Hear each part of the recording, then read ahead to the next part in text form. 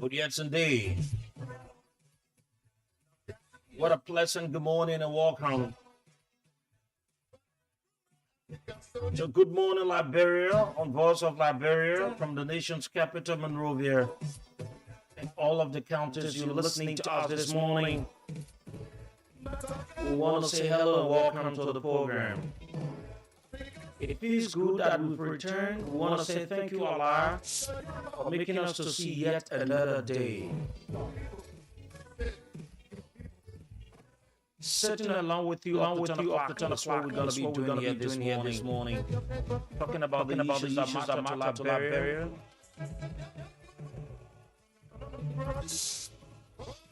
You need to save us, God Almighty Allah, from all of the things we're going through, all of the economic issues. Even though they've said they've got solutions, but we seem to see nothing. And the people of this country continue to live in utter poverty. But those in authority continue to wallop in the resources of the people. Good morning, folks, and welcome to the show. What's up where you are this morning joining us? So where you are this morning joining us, we want to say good morning to you. And thank you for joining us. Together we're going to be here up to 10 o'clock. There are too many things we're going to be talking about. And it feels good. My name is Sekou. Indeed, I'm Sekou Sharif. Inshallah, with the blessing of my parents, protection of Allah, acceptance, we're going to be here this morning up to 10 o'clock. Samira, let me say good morning to you, my dear sister. Let me say good morning to you, Sekou. And I want to say good morning to everyone who's following the broadcast today. It's great to be here. Today marks the 19th of March, 2025. And it is the Wednesday edition of Good Morning Liberia. And let me say good morning to everyone who's following. We're here to talk about the issues. We're grateful for life, the fact that we're alive this morning. We are grateful for life, and we will always be grateful for the chances we have each and every day to see another day. Good morning to you, Sekou, and let me say welcome. Yes. We want to say yes, thank you. Yesterday you did extremely well. I followed a little bit. Yes. Yeah. So that is it. We're here this morning, and we're here to talk about the Liberian people business as usual. So quickly, we will do the acknowledgement. Afterwards, we will tell you as to some of the things we have on our plate to take us up to. We will tell you about some of the things we have on our plate that will take us up to 10 o'clock this morning. This is Harris J. Saki, and he writes, good morning. I'm following you from Kakata City, and Stanley Sharif says, according to a quotation from God, that leadership on planet Earth, but Liberia leaders are not recognized in the sight of God. And Morris Nima says, good morning to Voice of Liberia family. I'm following from New Georgia Junction, Japan Freeway. Iliki Moba is following this morning from District 5, Montserrat County. And Iliki Flomo says, good morning, VOL. I'm watching from Banga City, Bon County. Thanks to you guys for the great job you continue to do. CTC Papi Success Creator for Life says, good morning, Voice of Liberia. I'm following from Tupot Road. Rescue turn to big excuse. Manage your expectation for 2029. Jonah Colley says he's following this morning from Swakoko, Bon County. Solomon J. Nuator says, Honorable Nuator, the incoming representative of District 4, Bon County. Thank you for the good message you preach to us every morning. And David Flomo says he's following from Bon County, Fuama District. Jala Wilson Johnson. Jackson, says he's following from Mahagibi County. And this is Kutape. He writes, good morning, Voice of Liberia. I'm watching you guys from Banka City, Bon County. Sekou and Samira, God will bless all you guys too for the show. And Woloto Win, that is Lovocho Woloto Win. He says, good morning, Voice of Liberia family, and to the people of Jakakan, my own hometown of River G District 2. I'm following from Southern Arizona, the United States. Voice of Liberia family, thank you for always being the source of our information. Edward Collet is following from his City View community. And Cassie Johnson is watching this morning from Lower Mahagibi County. Cham Cooper is following us from his comfort zone. And he's saying, thanks to Voice of Liberia for being the voice of the voiceless. And Andrew K. Blackie is following this morning from Banga Bon County. AC Makia Sekou Sheriff T-Shite, oh man. He's also following the broadcast. And Brappy Ba writes, good morning, Sekou Fishery Jr., Miss Samira Wonla, and Voice of Liberia, cherished listeners. Following from Bushrod Island, Monrovia. President Bouaka is helping to destroy his own government through the RLJ lawbreakers in Haiti and Apetinem or their illegal actions. The fight will continue until his 6 years without any achievement. The sooner he realizes that the better for him. And this is James G. Williams. Good morning. He's watching from the community. Bobby Gayeson says he's following from town.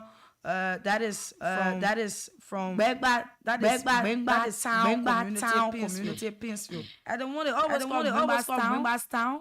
I don't understand which town particularly talking about. Okay, but there's too many other comments here. I want to say thanks to all of you for writing your comments. We can acknowledge all of you, but I want to say thank you. And those of you just joining us, I encourage you to share the live video continuously. Let us all share the video so that others can have access to information. This morning, there are a couple of things that will be talked about. And we will talk about the court hearing, asking Liberians as to what they expect from the court hearing this morning. Liberians will tell us that between the House, the bill of information from the House of Representatives that was filed by the embattled speaker, and so Liberians, what do you make of it? I'm told it should be on next. Okay, someone is saying that check this stuff. Someone telling me that it is giving an echo. It should be on next Friday, I'm told. And so what Liberians will make of it, what they expect. It say they're going to see a very fair bill of information are going to be, is it going to be on the side of the majority or the embattled speaker, right? Mm-hmm. Very good. Okay, so that's something that we'll look at. And also the issue about Momo Davids. We have been talking about it, Momo Davids and the Chinese man and all of that. We're saying that Momo David needs justice. We will look into it and we'll continue to call for justice.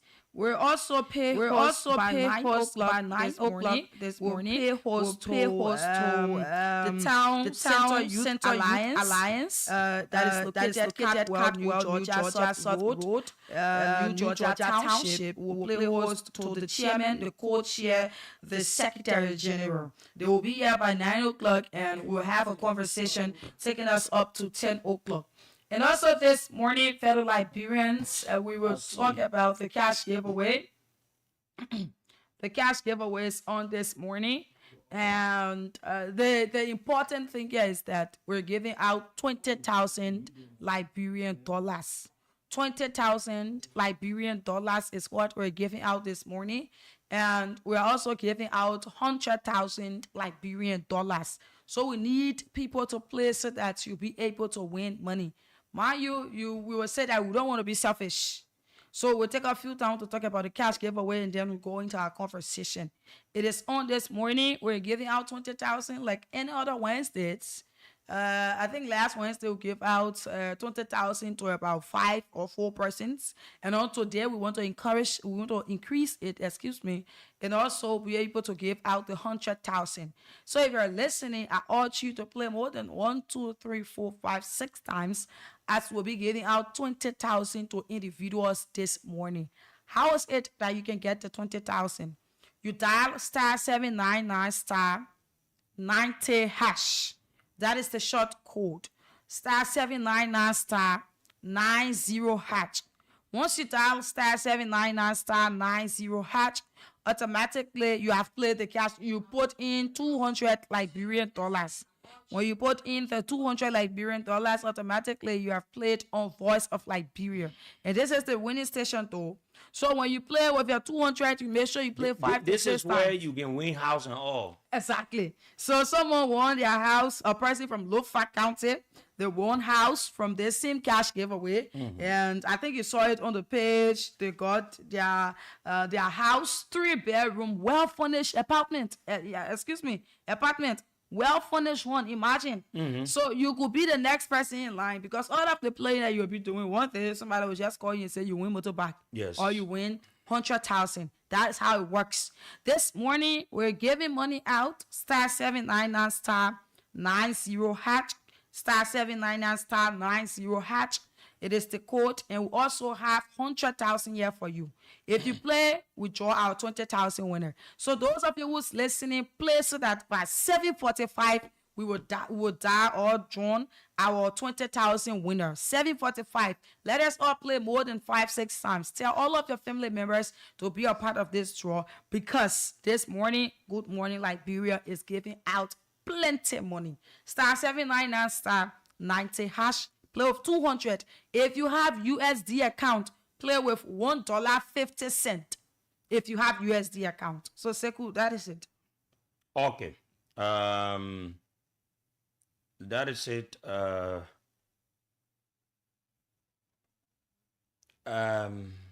So just because of there are many things we need to talk about, we're gonna run into the issues.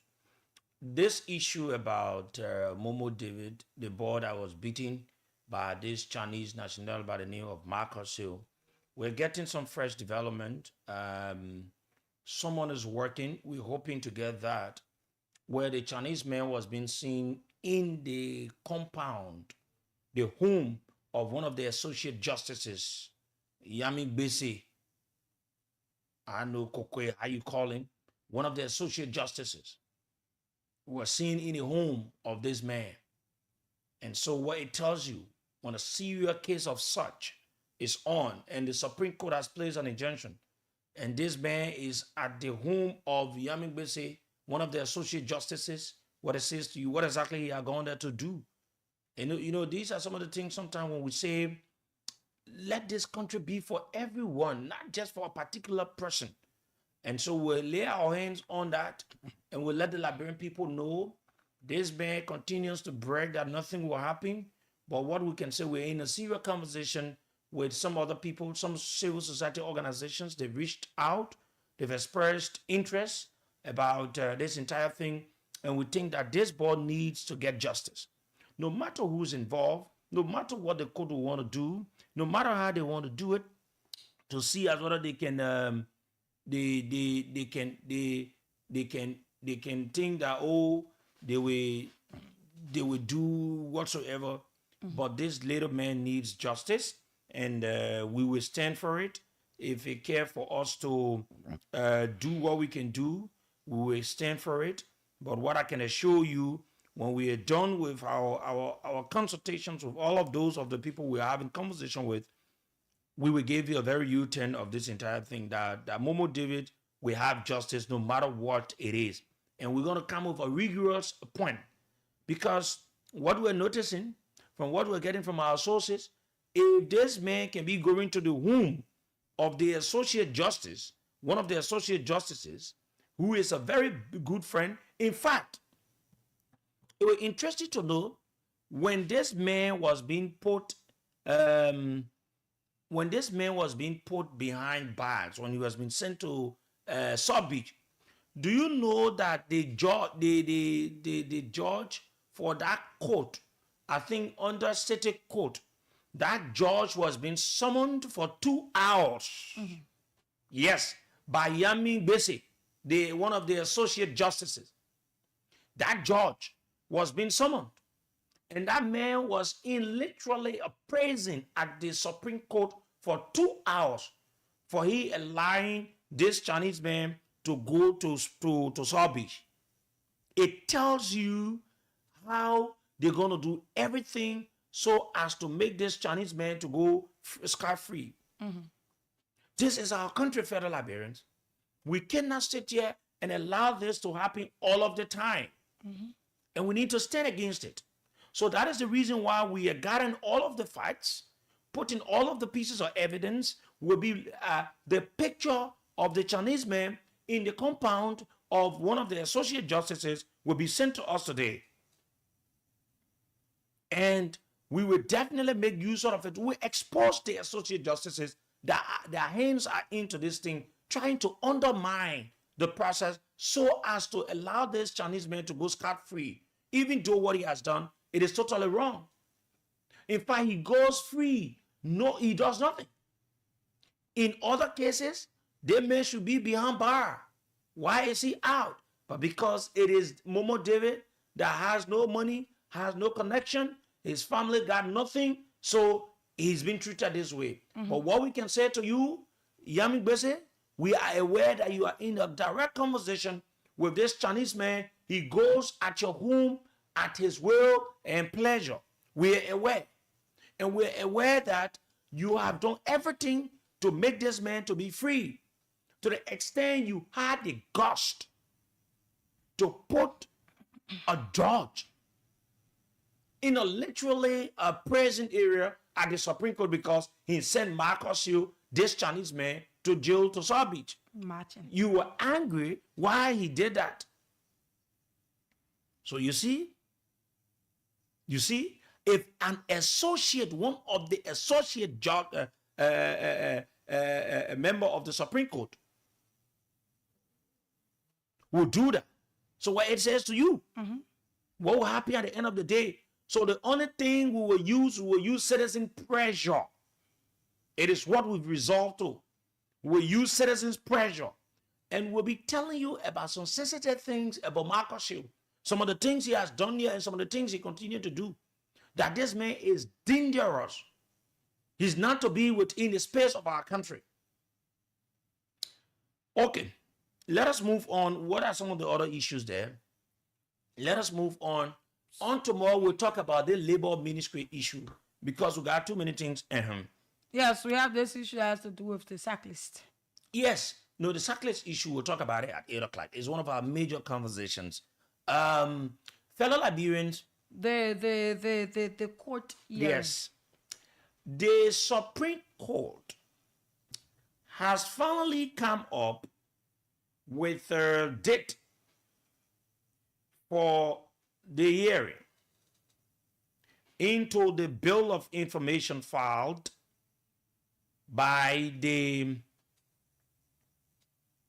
embattled speaker. And so they have finally set Wednesday, March 26, 2025, right? That's Wednesday, which is next week. And at 11 o'clock a.m.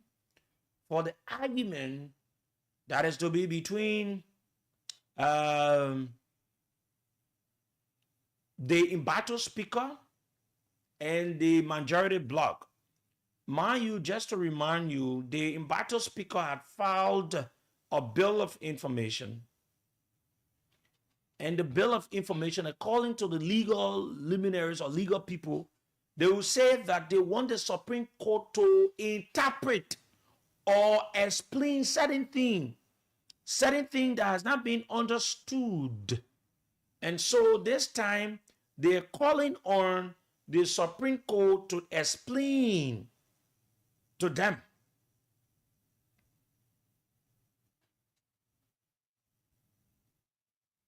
You understand me?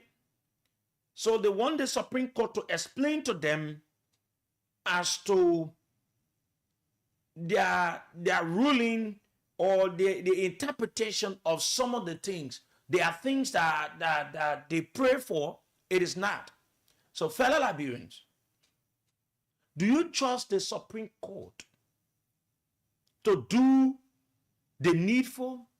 Do you think this Supreme Court we have will be so balanced in terms of the bill of information that is to be, interpreted or to be heard on the 26th of this month?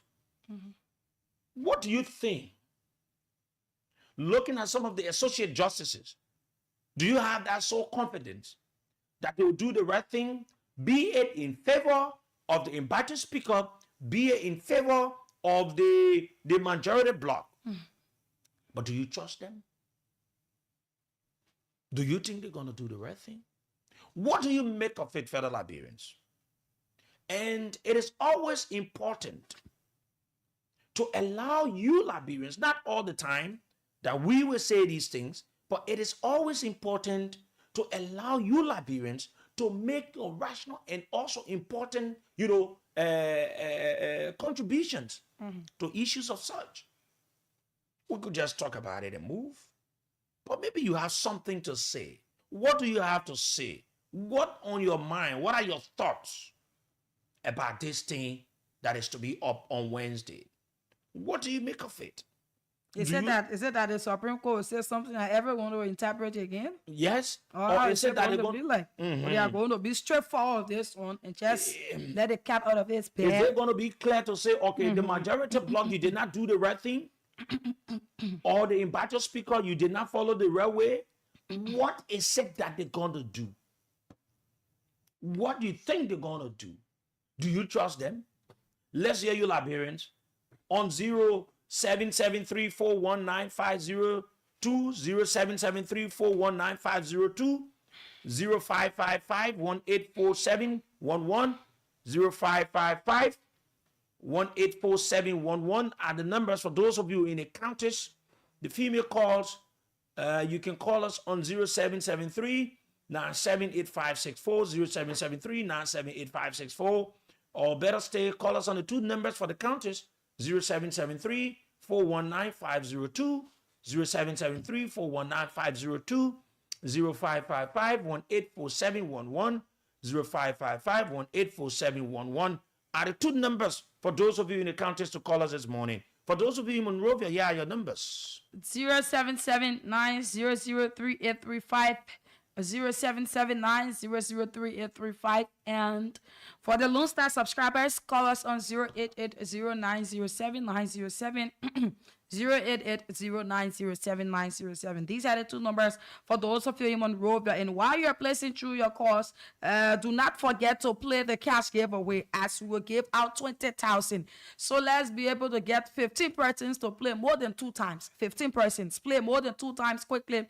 We give out 20,000. We have 100,000 here for you. Before 8 o'clock, we want to give out 20,000. So take your phone and dial *799 *90# *799 *90# and play with 200 or $1.50 to win 20,000 Liberian dollars this morning. Good morning. Samira, good morning. Morning. You're live. Mr. Good morning to Pastor Kupama William. Let me say thanks to you for taking the discussion this morning. Okay. For me, I believe I got a strong feeling that on Friday the Supreme Court will rule in favor of Speaker Kofa. Because if you see, if the Supreme Court wanted to, if they were supporting the majority black, which is Speaker Kofa, Kun, that they are so-called Speaker Richard Kun, they were going to go and sit on him at the time of the State of the Nation address. But they boycotted that because they know that Richard Kun is not a legitimate speaker. That's the reason why. That's one of the reasons why they boycotted the State of the Nation address. So I strongly believe that the Supreme Court, they will rule in favor of Speaker Kofa, because Kofa still remains the speaker of this country. Even if you check on Google, you go on the internet, you still see Kofa's name on the internet. If the government claims that Kofa is now a speaker, then why they should still be having Kofa's name as the speaker of this country? Okay. So I think they will rule in favor of Kofa. Thank you for your time, my sister. Thank you. Thank you. Okay. Let me go to this line here and take some of your calls. Good morning. Morning.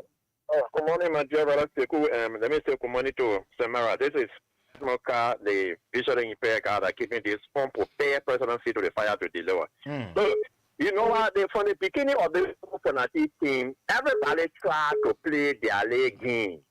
Thinking, say, when they do so, Fonati were going to be pressure to resign.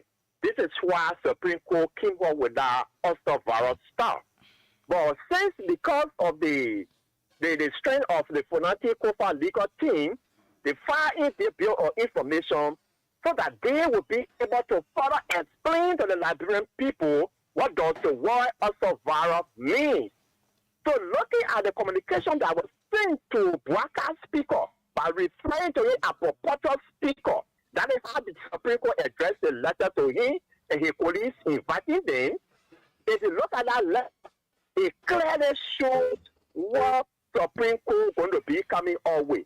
So I'm strongly believe that this time around, everybody has received a slap at the faces. They have failed. All of them have failed. So comes today, when they go through the argument, when they reserve the final ruling, when they come up with a ruling, it will be nothing but rather putting a big blow in the face of Joseph Walker that you, including all of us, have failed, and let the people finally do the right thing for the Liberian people. Thank you, my brother, for fleshing the issue of the Liberian people. Thank you. Thank you. Thank you very much. Let's take another person on the line here this morning on the show, listening to all of you making your contributions. Let's take another person here on this line. Should be the counter line. Good morning. Good morning. Morning. Good morning. Secretary.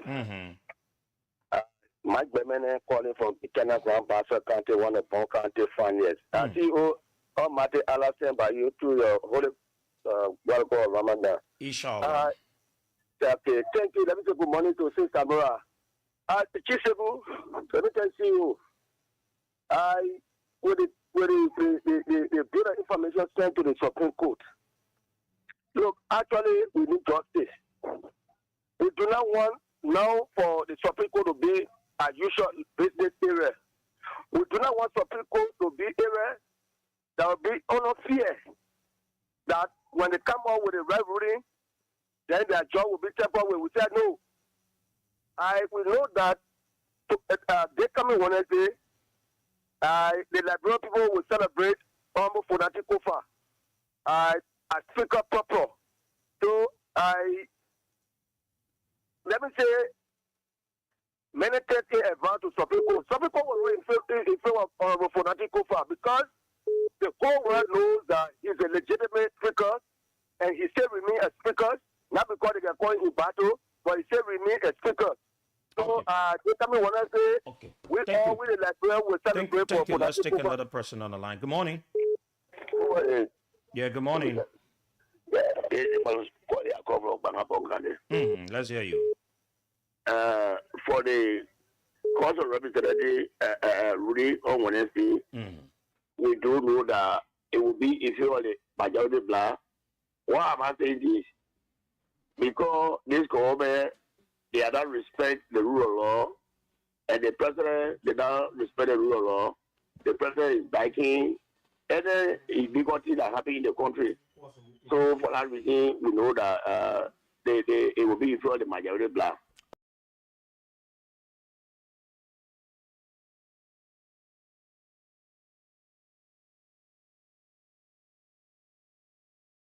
And can you please be a bit audible, please?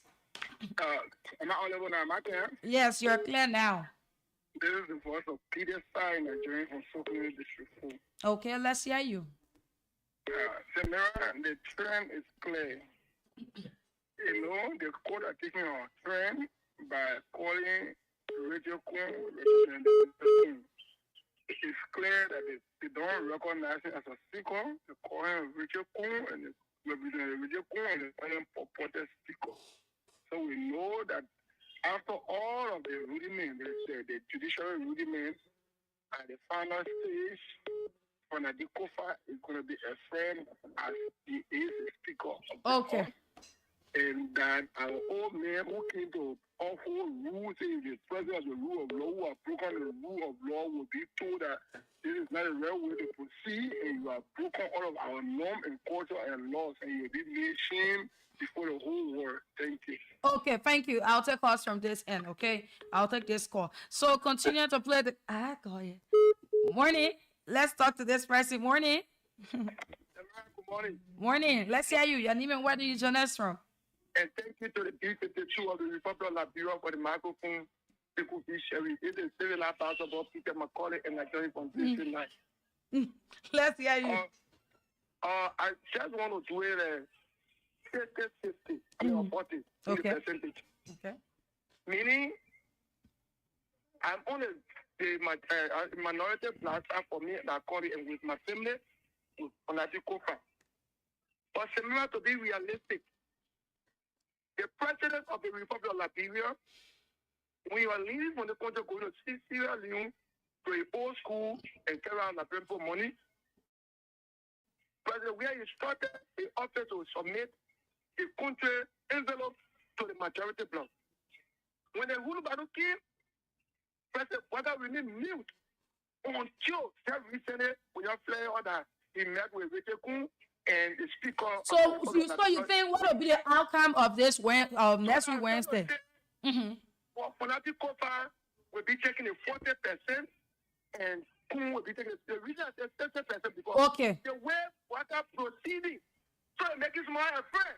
For Liberia people knowing the world not allowed. Why not deputy is coming to the country right now because thank you, my brother. We want to know as soon as you give your expectation about this Wednesday ruling, you'll be able to give the reason why. Then we skip it. We go to the next person. Okay, it's how we're doing it. Yeah. So continue playing the cash giveaway. It is still on *799 *90#. Shortly, we give out 20,000. Let's get people to play so that we give this 20,000 out by 8 o'clock. 8 o'clock, we give out 20,000. We needed 15 persons to play more than 2 times. And we've got 2 persons who have played more than 2 times already. So let's get 13 more persons to play. Then we do a draw for 20,000. We have the 100,000 here. We want to give it out. We also have frequent players that will give out money to. USD *799 *90#, $1.50. LRD *799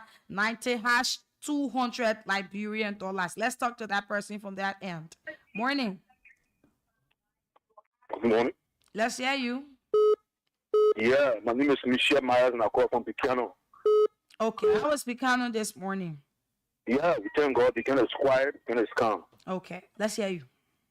Yeah, my take on the issue, I believe that the Supreme Court is an international and it's an interdependent body, and then the Supreme Court will allow any other branch of government to override in a decision because the decision of the Supreme Court matters.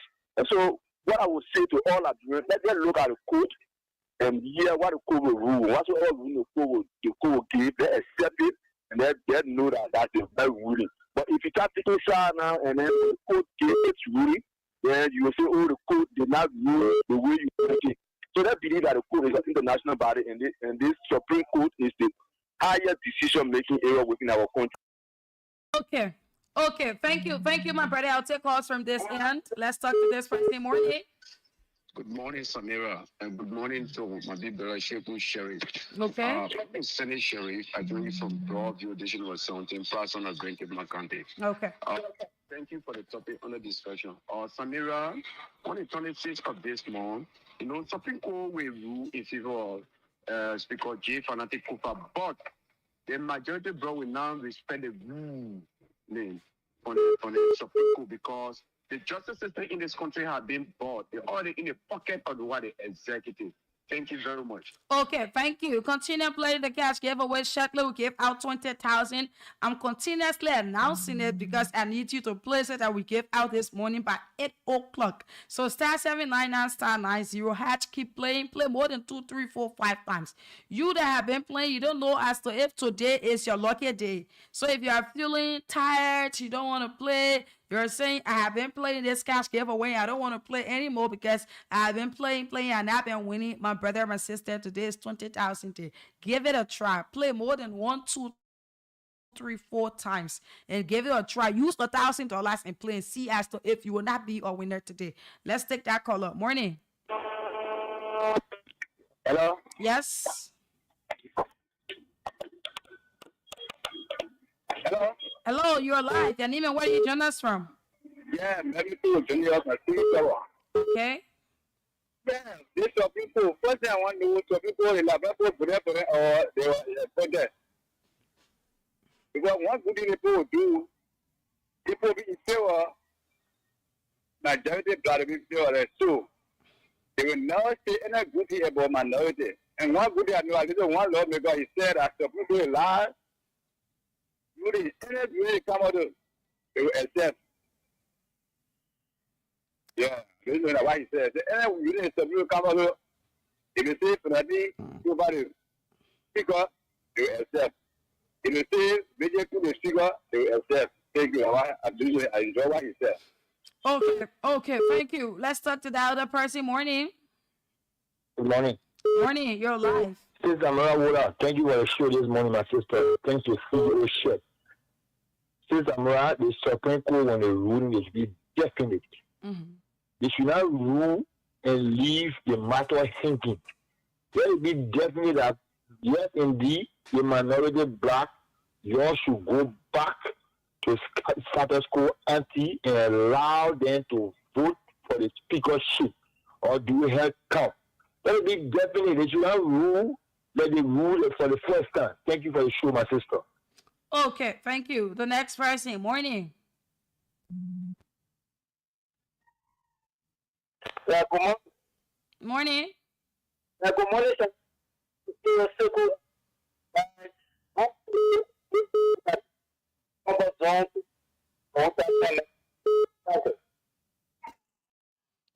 Your line is bad, oh. You get me now? I'm okay. Yeah, go ahead. Issue about the Supreme Court, and we say that the Supreme Court is in the of the Constitution. This thing is not from this so far. So not be saying about how we go. The Supreme Court will work to become the international ambassador of America. National community is eyeing at this because it's a total impact of people. So everybody knows, and now that we see that the people will not a vote in the state or the state to all the people. So I want to say let's read this will be good. The line is ready, but let's talk to the next person. I'm not hearing myself. Let's talk to the next person. Not from there, my own line. Okay, it's okay now. Let's talk to the next person. Morning. Morning. Morning. Morning, Samira. Yes, let's hear you. Thank you. My name is Ali Padikuma, Medical Family, and I'm going to run a car with you.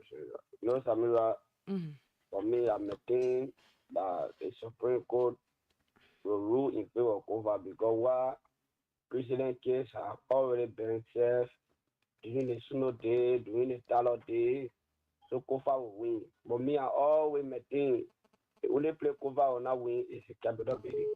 Because capital building is supposed to preserve. Capital building cover get a problem, and not the Supreme Court. So going to the Supreme Court winning a case does not mean winning capital building.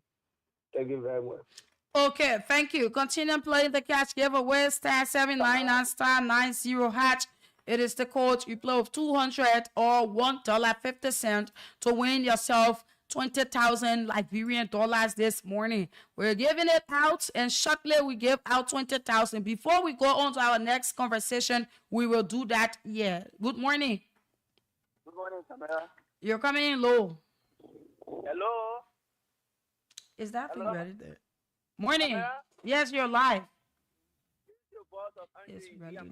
civil activity for calling for the office of the Master Rescue Mission Information Hub. Okay, let's hear you. You see, when it comes to the court issues, Samira, the court will rule in favor of COPA, after which the constitution says a simple majority can constitute a quorum and do the Liberian people business.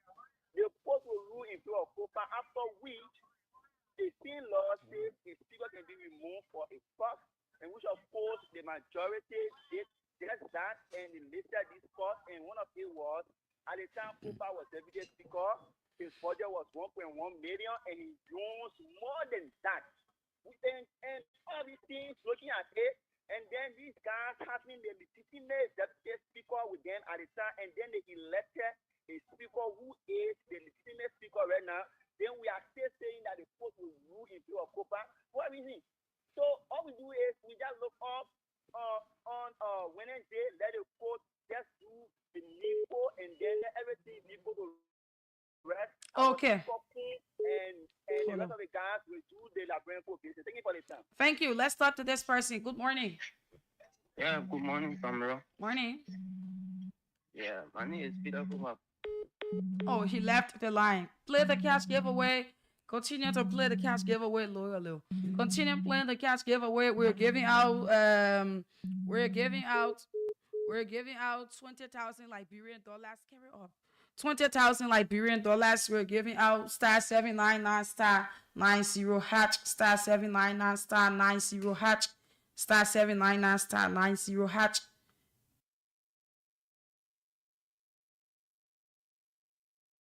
Star 799 star 90 hatch star 799 star 90 hatch is the code. We're giving out 20,000 Liberian dollars this morning. Star 799 star 90 hatch. Shortly we do our draw for 20,000. 8 o'clock we go in to this issue that has to do with the sack list. 8 o'clock we will go into it and we'll give our own analysis. We will play the voice of Moba Malu. We will play the voice of Gregor Coleman. And from there, we will give our analysis and be able to talk on it. That will be done by 8 o'clock this morning. But until then, we're still getting a view about the court ruling on the 26th. You think who favor will the court rule in? How is it going to be? If you say it out, you give your reason why you're saying so. We're getting Liberians' view this morning. Okay? And while we're doing that, the cash giveaway continues. Big talking and big winning money. That is how it works. So shortly we do a draw for 20,000. We want to give out 20,000 to 5 persons this morning. So if you're playing, just be playing and playing. Say today is my day. I must win this for 20,000. Or the 100,000. Let's talk to that person there. Morning. Good morning, Sister Mara. Okay, let's get your view on the court ruling. What will it be on the 26th? My name is Roger Chie, calling from Beginning Grand County. Okay, let's hear you. We need no nothing but clear clarification from the court. We don't need no parable again for another people to come. So what I expect from the court is a real interpretation. Who is wrong? Who is right? They should come they should be straight to the issue. We ask you a favor. Thank you. Okay, thank you. Thank you. Let's get 10 more persons to play quickly. We'll do a draw. Morning. Morning. Yes, now. Good morning. Morning. Let's hear you. Dear sister, God bless you this morning. God bless Liberia. God bless Reverend Weir. Thank you for your discussion this morning. My dear sister, let me make this clear to the House of Parliament. Now, House are not for a element that you will get a majority thing and a minority thing. That House is a House that you should come together in one party to do the Liberian work, to make law that will be the interests of the Liberian people. Not to go be causing division. The reason who is behaving a day because Joseph Waka is supporting his interests is Joseph Waka. That's why he's behaving a day. And we condemn that. The constitutional may you speak up. Look, I respect. Let me say thank you to Councillor J. Ponapikova for making me a peace. And the Supreme Court, has scored 0 again, and they will keep scoring 0, and we manage to know that they are there to guard the constitution of this country. They should be in the interest of the constitution, not in the interest of anybody. They should be there for the Liberian people. They shouldn't be doing business with justice.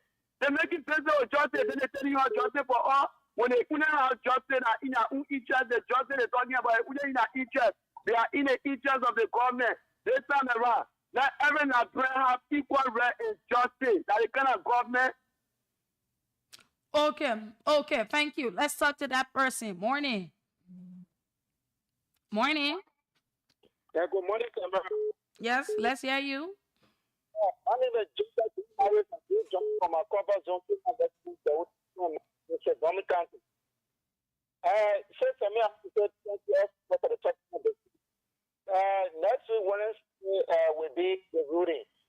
We pray to the Father that this time around the Supreme Court will be in favor of the Constitution. This is the law of our land. We know that because the international community is on the Supreme Court right now. Nothing else they will do. They will not mind that political thing is to go on that side. The international community is high the Supreme Court because we have to even when you get majority black. This is the serious advantage of our country. There's no investor coming in. There's no company coming to the country. We are the we are suffering. Why the investor cannot change one way if we are going to come up and say we take straight down. When the guys go, you let it go back to the and get another deep process. Once the money is difficult to get back to the cool, Samira.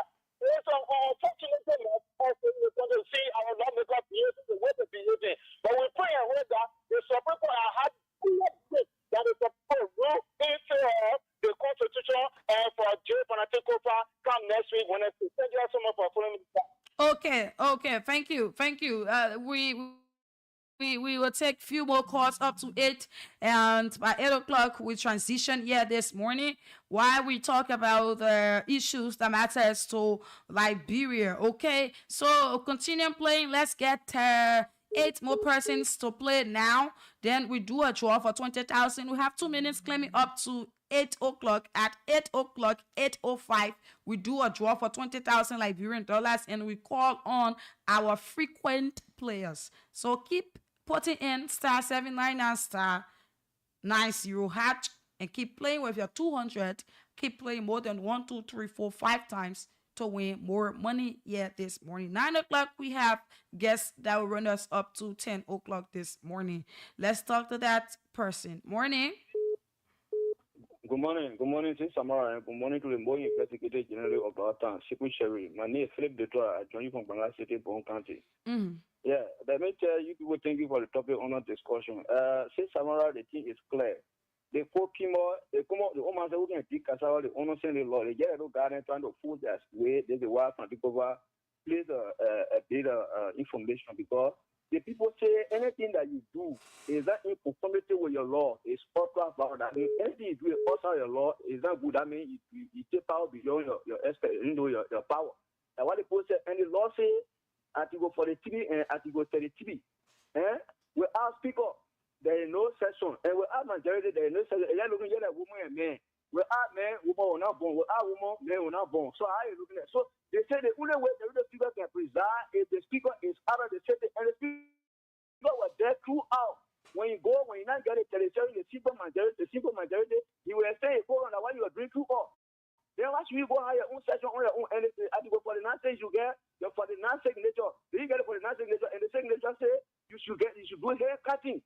When you're going that way, the people put their hand on and say, yes, I'm the one that signed over there with the vote, no confidence, nothing. So the thing is clear. Like what my other police are saying, the Supreme Court should come out with a clear understanding to the Liberian people that who right, who is wrong in favor of the Constitution. And I know that the Supreme Court will rule in favor of Francopa on the land of Constitution because they are the focal lawmakers that they bind by the law. Because the Constitution, the president, he was elected by the Constitution. All of them that over there were elected by the Constitution. So the Constitution, they should make it clear to the Liberian people. They should interpret it. Then at the end of the day, we started interpreting on our own again. Thank you for informing the time. Okay, thank you, my brother. Let's talk to that person. Let's get 5 persons to play more than 3 times. Morning. Good morning, Samara. How you doing? Can you do me a favor by walking away from your monitor? Thank you very much. It's better now? Yes, much better. Okay. Samara, good morning this morning. Morning. My name is James Bader, and I'm the chairman of the Veteran Assembly in District 16, New Crewtown, to be specific. Okay. Let me ask a question, and let the Liberian people open their ears and listen to this question. Is the Supreme Court of Liberia really working in the interest of the Liberian people? Are they really working our interest? Or it's just a ceremonial, something they get put together and say that Supreme Court? Why do I ask the question is because the Supreme Court is in the pocket of the executive, always. This is why, if we can remember when Ahmed came here, when they did their assessment, when they got on ground, they came up. He left the line. Hello, I think he's still on the line. Hello, probably Orange telling said you have few minutes to go. Hello. Nothing the Supreme. Yeah, okay. Are you getting it? Live. So nothing the Supreme Court is doing the interest of the Liberian people for us to see, but they are in the pocket of the executive. Can you imagine? After that, there is no decision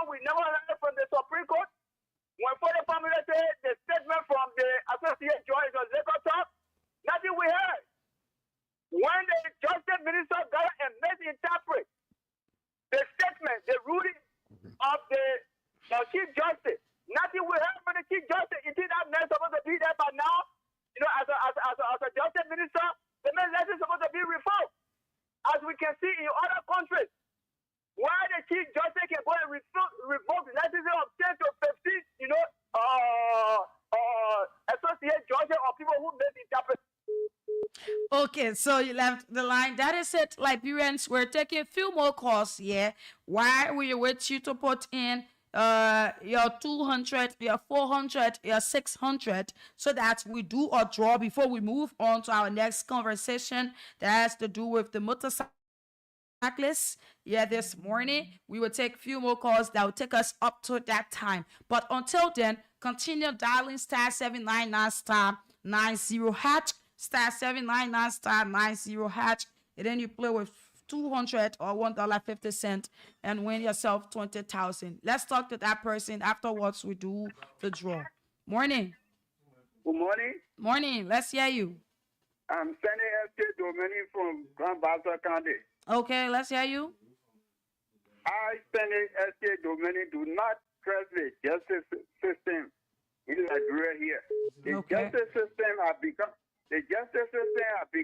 marketing system. The justice Supreme Court is in the pocket of Joseph Blanca. So this ruling, me, I cannot decide until I listen to them on the 24th or the 26th. Thank you. Okay, thank you. Let's talk to the next person. Good morning. Yes, morning. Yeah, Samara, good morning. I was on the line when I went up. This is James Biden. As I said, Quickly. the Supreme Court, you know, it's a two-legged bulldog. It's a bulldog that does not have a teeth to bite. You understand?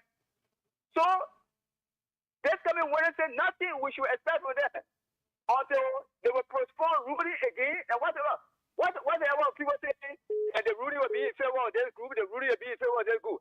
Are we joking here? We do the law. The law is there. You already said ultra-virus. The people are operating. But what we should expect the Supreme Court to do the is disseminate letters all around.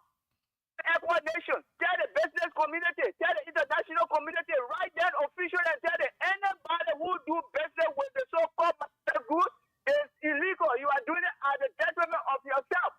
Nobody question with it. That's what we expect from the Supreme Court. Tell ECOWAS that these people are not legitimate. Tell all the international partners, write them and these people and tell them that it's a legitimate group. Do you know that the government right now that doing business is illegal? You got these groups are not recognized. They are putting people on competition. They are paying somebody who now speaker. They are paying the person who speaker money. What did we do? Our finance minister are taking our budget and giving it to an illegal group. And qualified men with to be who's supposed to know. So you said that the Supreme Court will rule in who favor? The Supreme Court is not going to rule in favor of anybody, but they should rule in favor of the Constitution. Okay. The Republic of Liberia, they're supposed to rule in favor of the law. The Supreme Court should know. The law is the law. Our law, the Constitution is A, B, and C. It does not change. This is what the law says. Okay, thank you. Is that the law? Thank you. Not the law. Thank you. The Supreme Court should rule in the Republic of Liberia, the Constitution. That's what we are saying, period. Thank you. very much. Let's talk to that last person. From there, we do the draw for the 20,000. Shortly, we do the 20,000 draw. Morning. Yeah, good morning. Let me make this clear to everyone working in government. Don't feel say because you working in government an opportunity in our power. But what I want to do our discussion. Yeah. Okay, yeah. The minute there. Okay. Nobody gonna make people know. No, but it has nothing to do with the discussion that is going on, my brother. We told you people simple thing. Just follow the instruction. Okay. Whether people working in government or not, that one is none of our business, though. So, okay, now let's be able to do the draw quickly, Sekou, before we move on to our next conversation. Someone is about to walk away with 20,000 like 5% here before the show ends. So as we call this first winner, know that you need to continuously play so that you be the second winner. And those of you who are playing, you can continue playing and be a part of the draw, okay? So we're about to do our first draw for 20,000 Liberian dollars. Let's be able to do this draw. As you continue dialing *799 *90#, *799 *90#, Continue dialing that code and playing with 200 Liberian dollars or $1.50 in order to win yourself 20,000 or 100,000 Liberian dollars. Yes, shortly we do our frequent players draw. Morning. Morning. Morning. You can't move in the noise or switching your monitor off. Morning, morning. Okay, morning. Please switch your monitor, please. Switch it off. You can't be listening to yourself at the same time, my brother. Okay, so my name is Samira One Line. I'm calling you from Voice of Liberia, though you're already listening. Yeah. What is your name? Please spell your name for me. Trokon. 1 minute, please. 1 minute. You said TRO? KON. Mm-hmm. TAYLUE. TAYLUE. Okay, Trokon, this is the name that is registered on your mobile money number. It is the name that is registered on this number I'm calling you on, right? Okay. You said where you're joining us from? I don't know where that place is. I mean. Oh, Picano. Oh, Picano City. Okay, Trokon, you did play the cash giveaway this morning. Yeah. And what is the code you used? That's 900 hash. Trokon, what you put the others there already for? 90 hash 90, I mean. Okay, how many times did you play? 10 times. So how many dollars you used? 2,000. 2,000 Liberian dollars. Trokon, you won yourself 20,000 Liberian dollars.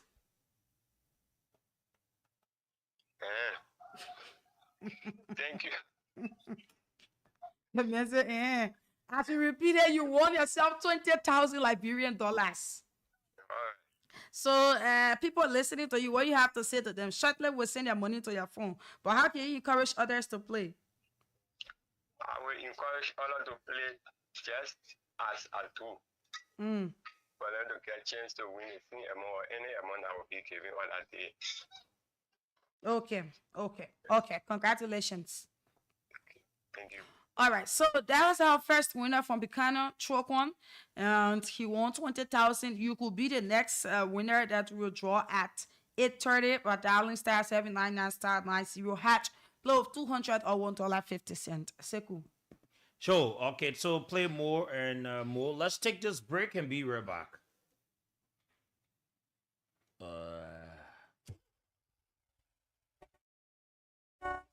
Located conveniently at Rana Street in Monrovia, Auto Spare Garage is your go-to destination for all your vehicle needs.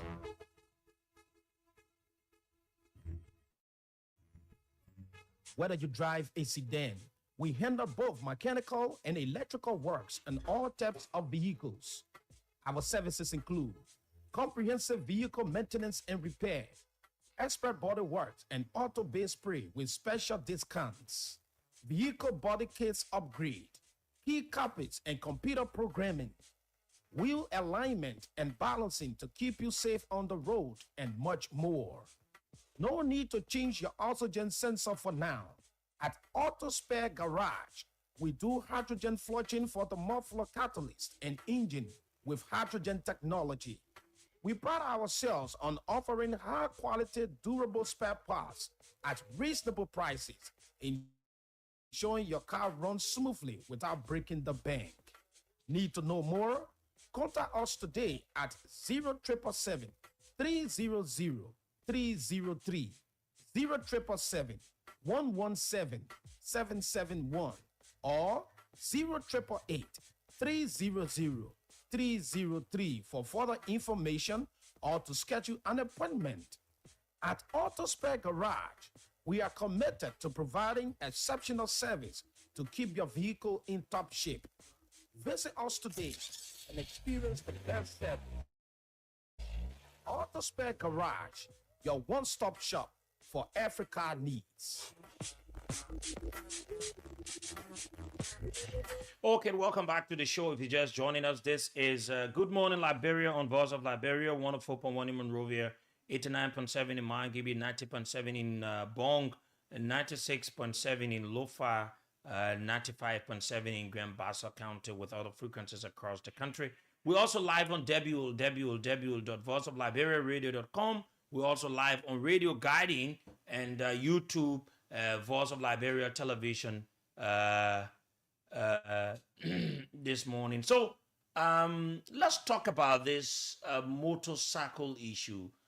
Listening to what Gregor Coleman said, and also Stan Chairman Moluba Molu.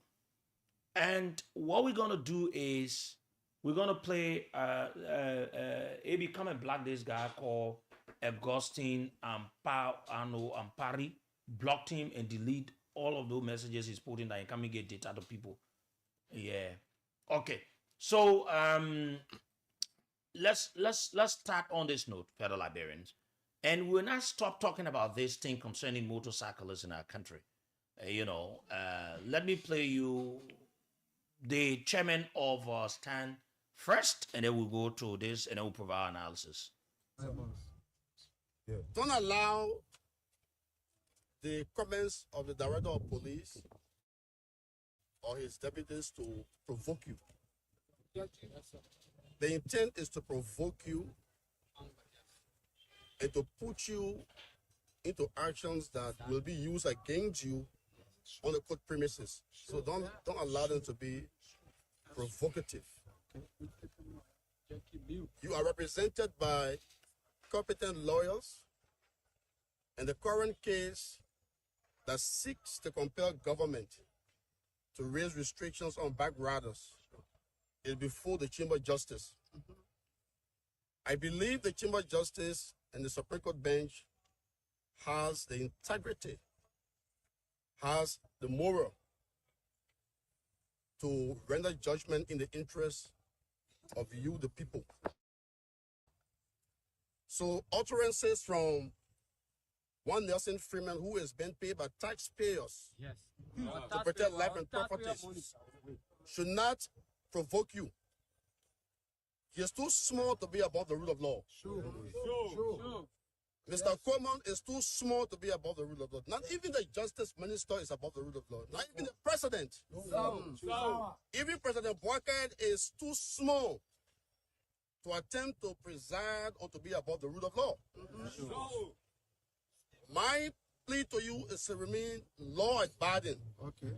Respect the rule of law and give the court a chance.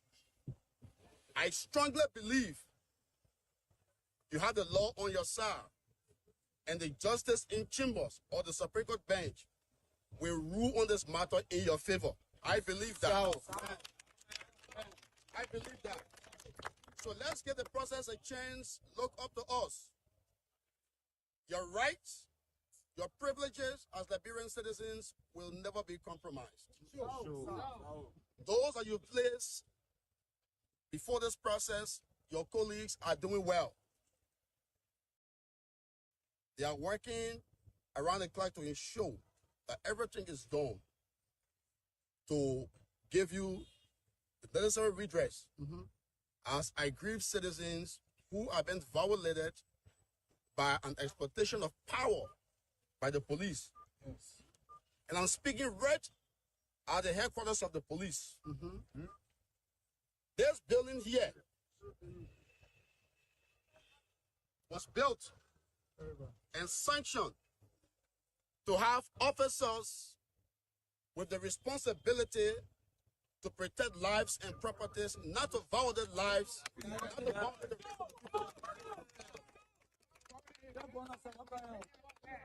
and so don't be afraid of the police. The police is there to protect you. Listen, please. The police is there to protect you. I'm not saying there are not some bike riders that behave in manners consistent with the rule of law. There are some bike riders whose behavior have created problem for the majority of motorbike and keke riders. Exactly. And we don't support that. But there are hundreds of thousands of bike riders that are decent people, yes, that respect the rule of law, exactly, that have their families, one of those, that are responsible, yes, that are students, that are even employers of their brothers and sisters. Sure. So you cannot punish hundreds of thousands of people because of the behavior of a handful of disgruntled bike riders. It is wrong. Sure. And that's why we are at the police headquarters. And we will not rest till justice is given to the hundreds of thousands of bike riders. Yeah. So don't be afraid. Don't mind the likes of Nelson Freeman. He has a history of violence in this country. Everybody knows his reputation. But regardless of his behavior, we must not take law into our hands. Since it is before the court, let's give the court a chance to render judgment in this issue. And in my view, at the end of the day, good will triumph over evil, and bike riders, keke riders' rights will prevail. So thank you.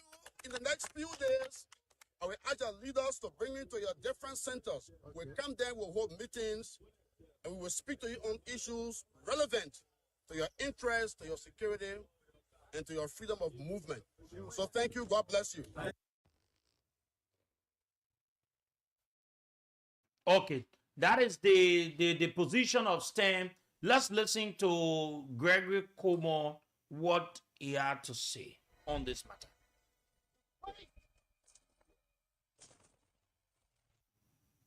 Let's listen to it. Peaceful protests that they continue to carry out. We at the LVP will remain committed to protecting human rights and dignity. So the issue of the motorcyclists here, we're not discussing an action that takes away their livelihood. We're not saying you cannot ride a motorcycle. At the court yesterday, you had a great number of cyclists outside of the court, in the yard of the LMP, and even in the chamber with us. How did they get there?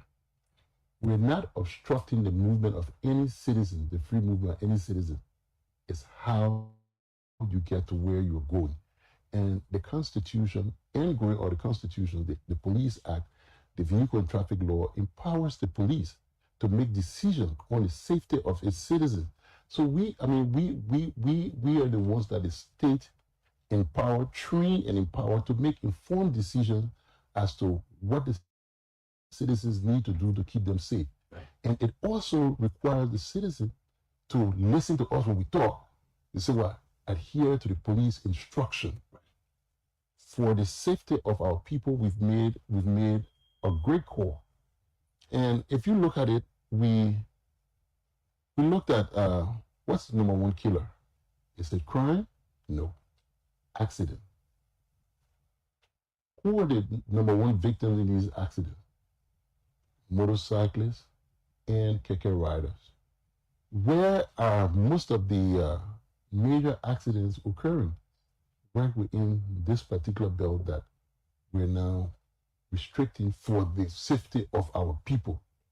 And look, sometimes we think that everybody know what is right and what they should do, but that's unfortunate because that's not the case.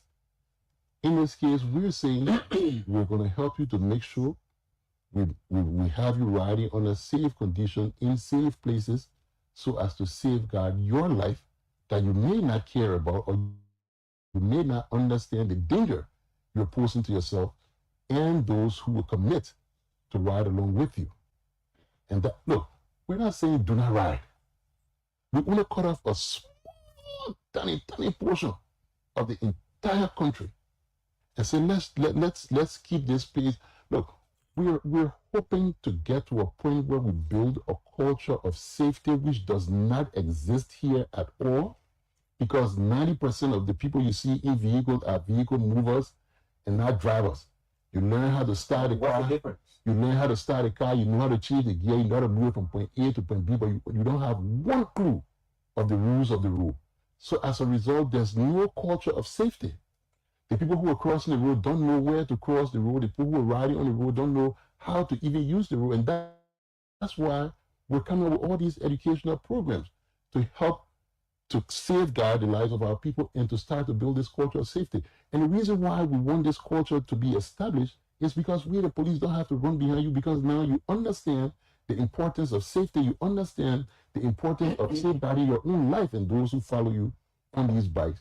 We want to reach to that point where we can now relax and say, now that everybody understands, I think we can freely go everywhere because we will keep each other safe. But until we reach to that point where that culture is established and we're able to reduce accidents, the occurrence of accidents in certain areas, there will have to be restrictions just to safeguard the lives of people. Is this only applicable in Montserrat County, or is it across other 15 subdivisions? So, T-Mas, the problems are so many that we take one bite size at a time. Mm-hmm. We're starting with this particular era where we've been able to collect data and make informed analysis. So the rest of the country, the guys can there's no go zone for them. They can go anywhere. No, don't even push it all the way to Ganda. They can stay anywhere outside of Freeport. They can come on the freeway all the way to ERW Junction, Railway, all around there. All of the suburbia, Monrovia, everywhere in between that they can go. The only place that we've restricted is just this short zone where we're having high incidence of accidents. That's the only area we've restricted. Okay.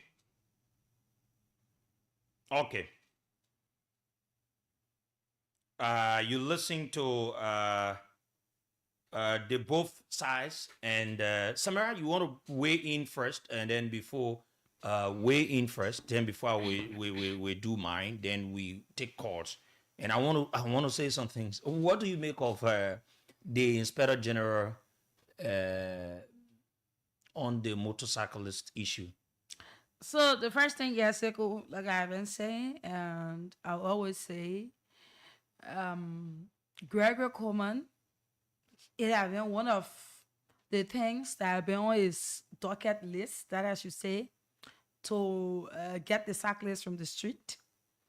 Because what happened if Greg, if he had been in control, like he said, as the police IG, he'll know that putting ban on all of the cyclists, it doesn't make sense at the time, because it was few group of people who carried on the act that he said he banning the cyclists from plying the street up on Monrovia for.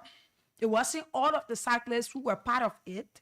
And moreover, they seized some of those who were involved bikes, up to 1,000 bikes, motorbikes, they seized.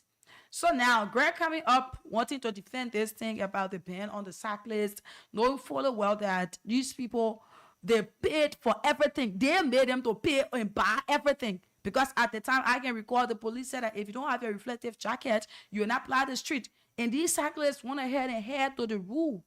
They went ahead and then they bought all of their preventive measures and all of their protective gears. I'm sorry.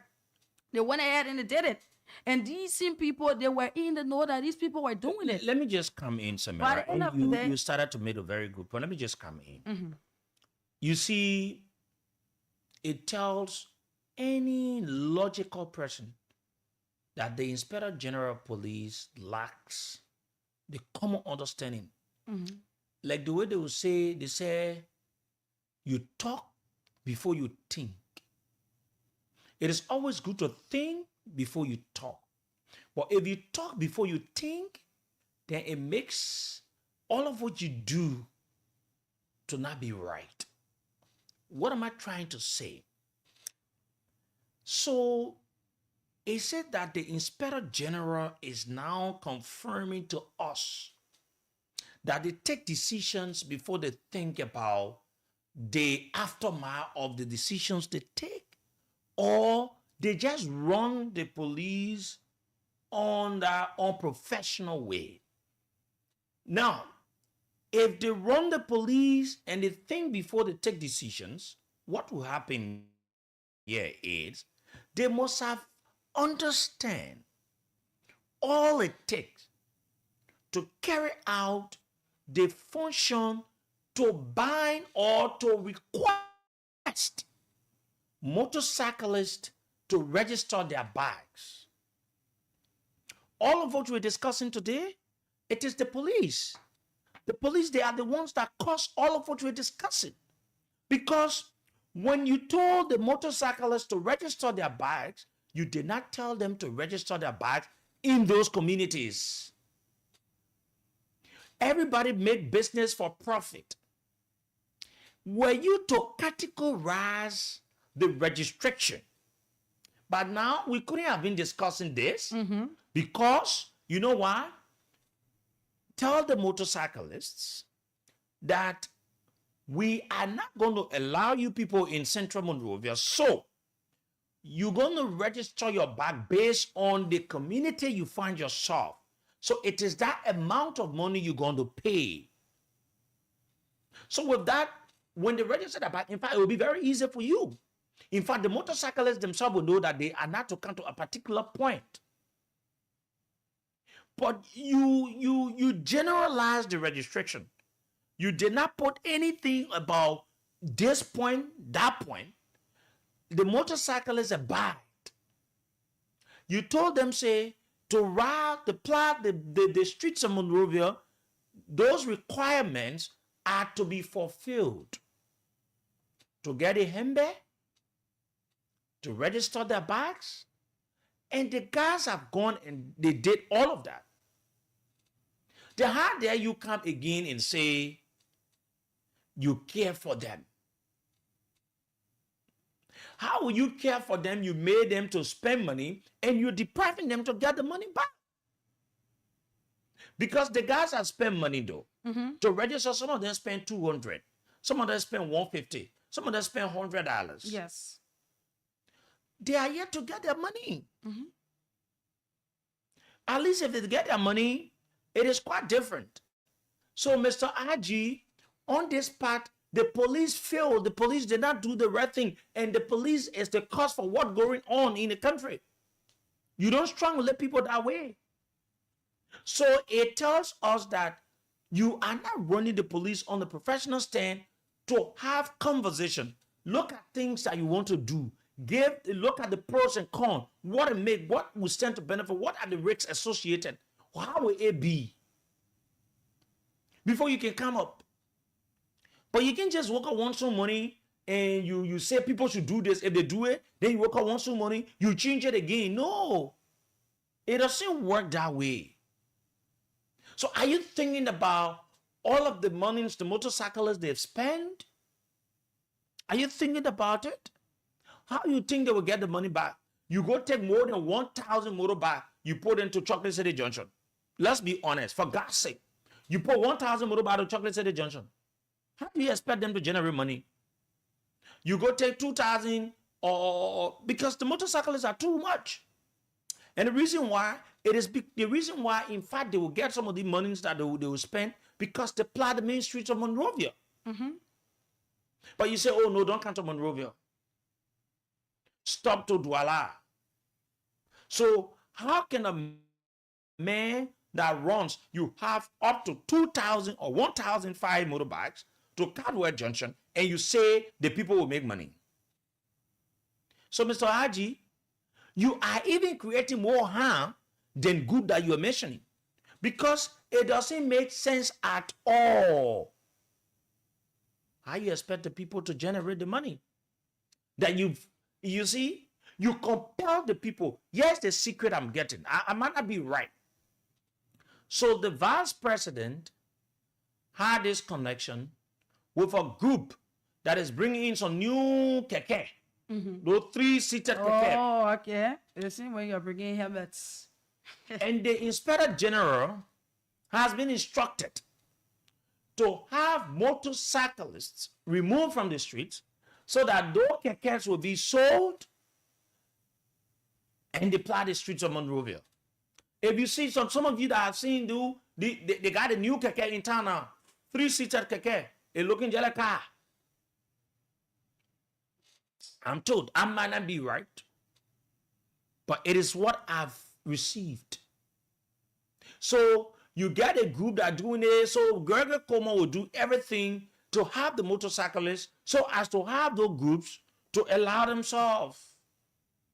But our question and points that we're making here are, Mr. Gregory Kumo, if you knew it is a bad thing for the motorcyclists to ply the streets of Monrovia, fair enough. You've had the enforcing power when it comes to the regulation of vehicles or moving object in the country.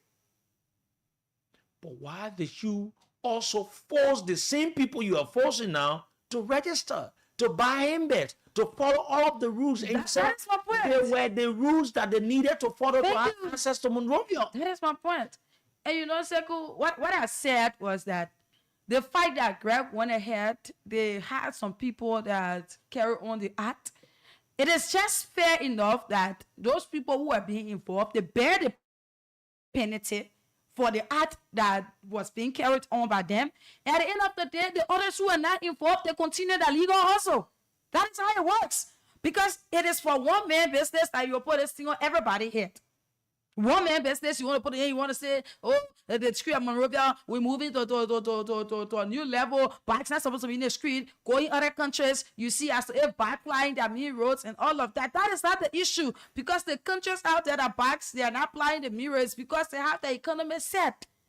They put things in order for youth, for people to get job. There's job opportunity. But not Liberia yet. Where you have people who go to school, get their BSc, and they start to take motorbike to ride it. At times, some of them don't want to do it, but it is the situation in to put food on their table.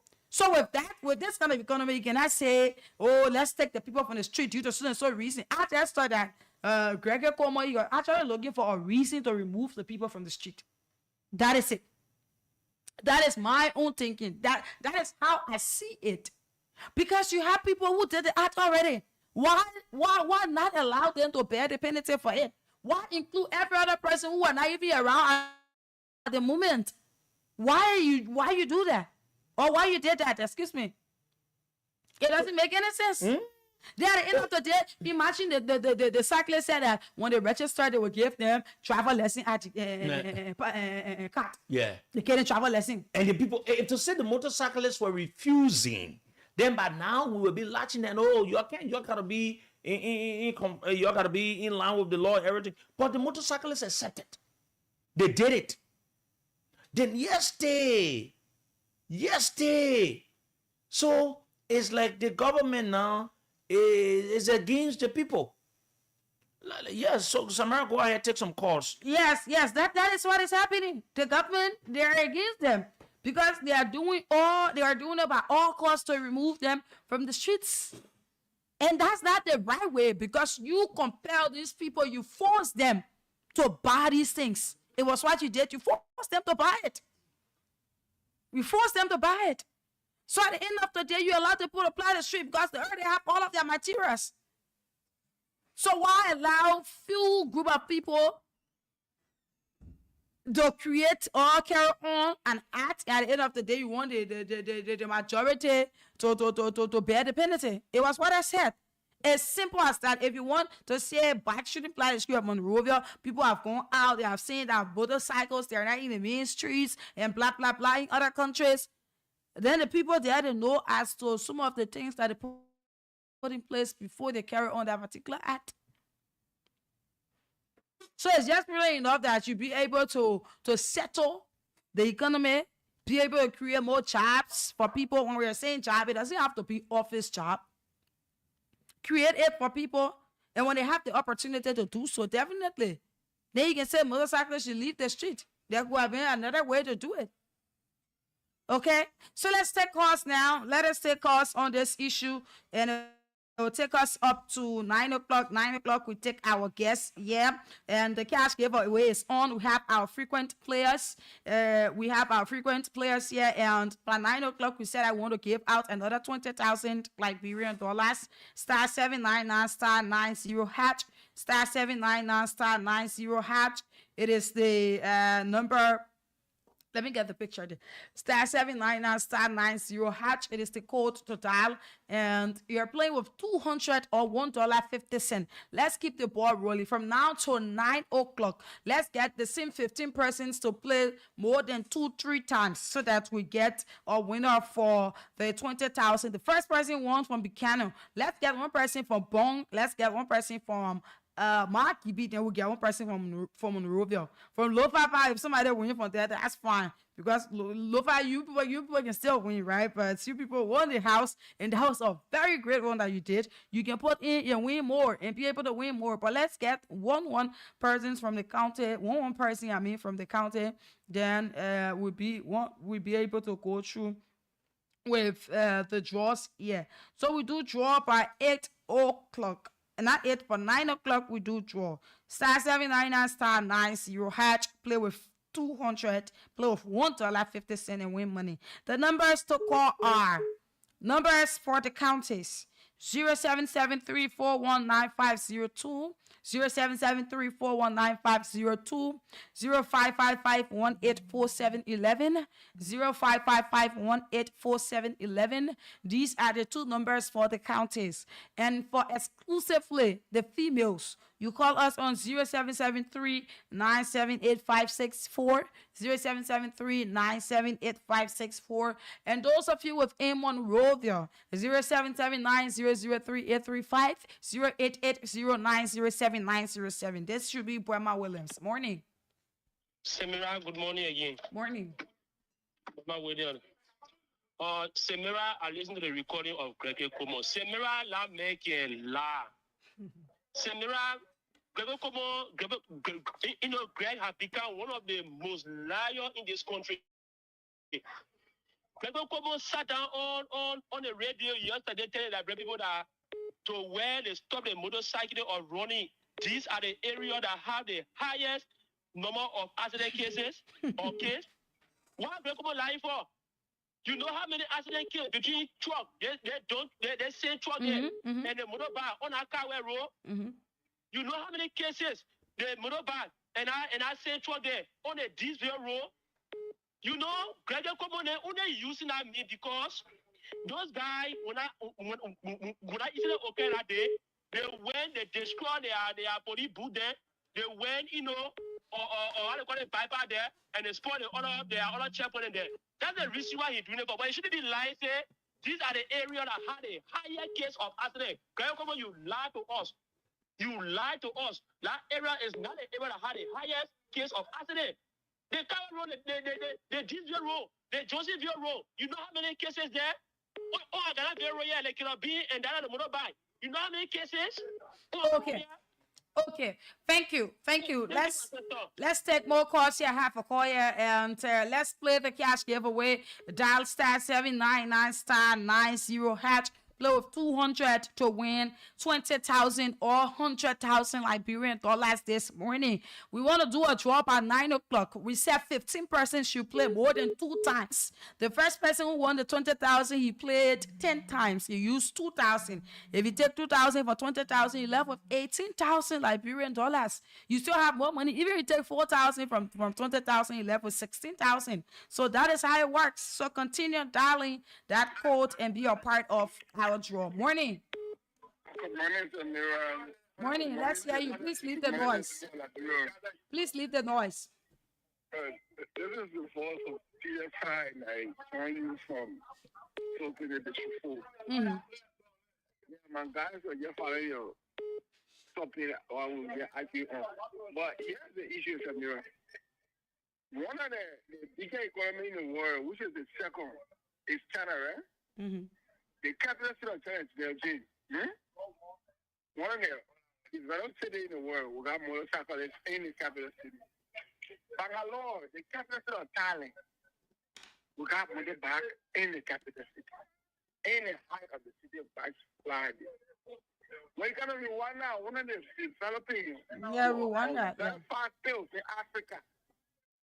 We got people running back in Kigali City, Rwanda. Yes. The only regular thing. But you kind of like do one go to Congo. Who is any other or investigation that also come on 6 million investigation that he did what the squander and the outcome of that money is not clear. He's trying to look for all kind of ways to working overtime to deceive the president of the country. That's what Governor Kuma is doing. He's trying to steer the president's attention away from the real issue. Okay. That is his intention. Okay. The issue is a shuttle problem. Give a job. You don't have job. But you say Monosaba Managoso, the Managoso. The reason Monosaba flooding in everywhere here is central last and right central Monrovia. Thank you. Morning. Hello. Good morning, Samaria. Morning. Let's hear you quickly. And good morning to CEO and good morning to the peace loving people of Greater County. What is your name? Where do you join us from? Thank you, Samaria. And this is Tommy Lina Rawa to join you from Bowman Bridge. Let's hear you. Thank you, Samaria, for the topic on the discussion. Samaria, I think the idea is not doing well to our brothers. Because this motorcycling, sometimes some of us are late across like Bowman Bridge, Cornwall, all these places. I think we used the bikes that were getting late for job.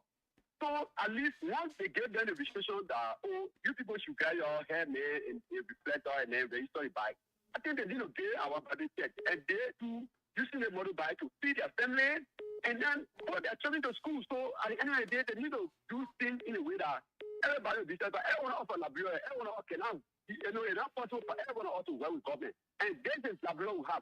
No company, all the companies have some of them can employ, even the level in company that we have here that have this too.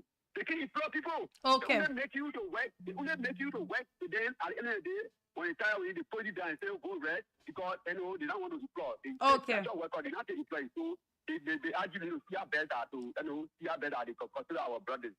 Okay, thank you. Continue playing the catch giveaway. 9 o'clock, we want to do a draw. Let's get 14 persons to play more than 2 times. Star 799, star 90 hatch. Play with 200, play with $1.50. And you was sitting right there. You are our next winner. All you need to do is recharge your phone. If you don't have money on your mobile money, put money on your mobile money and play. Because we're giving out 20,000 this morning. If even you play with 5,000. If you play 5,000 by your own winning by your show. Yeah, that's how it works. Because the higher you play, the more chances for your name to appear on the list. Those of you who can play 1 time, 2 times, you can also play 2. Somebody who play 1 time before 100,000. So it works like that. But the thing here is you need to play more. Star 799, star 90 hatch. Let's take calls from that. And good morning. Morning. Good morning. Morning, you're live. Yeah, I'm calling from Simago Junction, Canonville. Okay. Hello? You're live. Go ahead. Yes, you see, Grandma Kuma, oh, I'm looking at the motorcycle, like, you know the value of the motorcycle, they go to the rural area. If you go Maryland, you go Constantine, if you see motorcycles coming over goods, I tell you, know the value of motorcycle. But now we in motorcycle, the motorcycle don't have no respect. They don't have one respect. The police don't respect one motorcycle is ready to get to anything to us. Yeah. And now, you see, you come to see my opportunity, we're having almost 3,000 motorcycles there now. How about I get it? Okay. Thank you. Let's talk to the next person. Morning. Yeah, good morning. Let's hear you. Yeah, I'm Ivan Johnson, member of the Rescue Mission, calling from District 4 to. You see, to the issue, I always say this, Waka is the last Afiala left for the cartel, and his son, Gregory Como, is implementing the cartel operation. Because if you a local citizen that brought you to the presidency and you try to treat them the animal, those same people on the bikes there on a Sunday that they had a program in town there, they were flying the same green t-shirt where we were along, carrying us to town. Then today you say the same bike that we used to run a campaign can't come to town. That being wicked. You can't be wicked at that. Gregory was chair for one of the authorities that were protecting votes. The same motorbike other than use it. Someone discarded and said the road bike. So for today, for you to come back and say, moreover, man, that's all to come to us. Now what we voted for. Now what we brought the government to power for to harass our people. So we will not sit back. Someone could be ready to be calling and say, oh, Avi, you got to slow down. You're dealing with us too much. Yes, because we want the right thing to be done. So we will not sit back and allow people to be harassing the citizens. The people came to the power, they say, oh, when George we are take power, former president, we had to call it, motorbike will not come to town. You just have was saying it in some of the meetings. So today, now how can you come out to the contrary and you stopping motorbike from going to town? So I always say the burger is the last mark. Okay, thank you. Let's talk to that person. Continue playing the cash giveaway. Morning. Good morning. Let's hear you, my brother. This is Andrew Indy, Andrew Pai, like people calling from the office of the Massive Rescue Mission Information Hub. Okay. Samira, once again, let me say thanks for your talking point. You see, when it comes to this motorcyclist issue, national government is just trying to regulate the issue of what we call motorcyclists, because over the time past, we have seen too many tragic accidents, and this accident is not only with our passengers, but even our brothers who are riding by themselves are being involved or victims of some of these things. And to be real, it's just something that we as a Liberian need to accept. Even if we want to engage national government, we have to do it in a constructive manner, but not to go violent or want to turn it like we are against us, because these things will not picture our country us directly. So we are there asking our brothers to work with national government, at least so we can accept this whole mentor of putting things in place, and then let them be able to engage government in a respectful, in a peaceful manner, so that national government can be able to find a proper solution for the whole stuff. Thank you for the time. Okay, thank you. So let's get 10 persons to play more than 2 times. Then we do a draw for 20,000 Liberian dollars. Star 799 star 90 hatch. Play with 200 or $1.50 and win yourself some money here on Good Morning Liberia. We will take calls up to 8:55. At about that time, we call our frequent players because our guests are already here for 9 o'clock. Excuse me. So 8:55, we do our frequent players and we call the winner, the person that won before. And when we have the amount, we call the 20,000 winner. So if you're there, continue playing, continue dialing the short code star 799 star 90 hatch.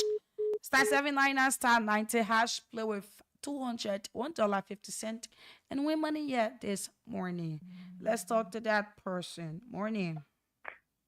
Good morning. Yes, let's hear you.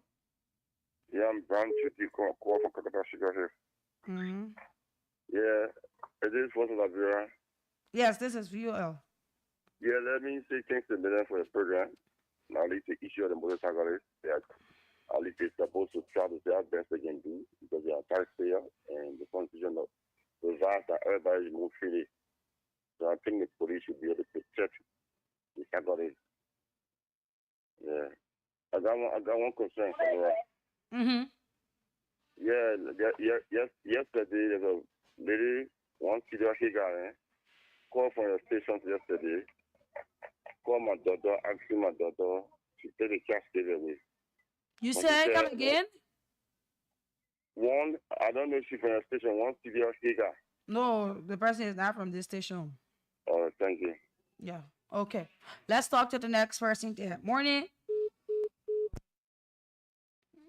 Morning. Good morning, Samira. Morning. Go ahead. Yeah, Dimi, where do you join us from? Good morning to you, Sekou. Good morning to your followers. Samira, this is Hussein. My name is Hussein Keo.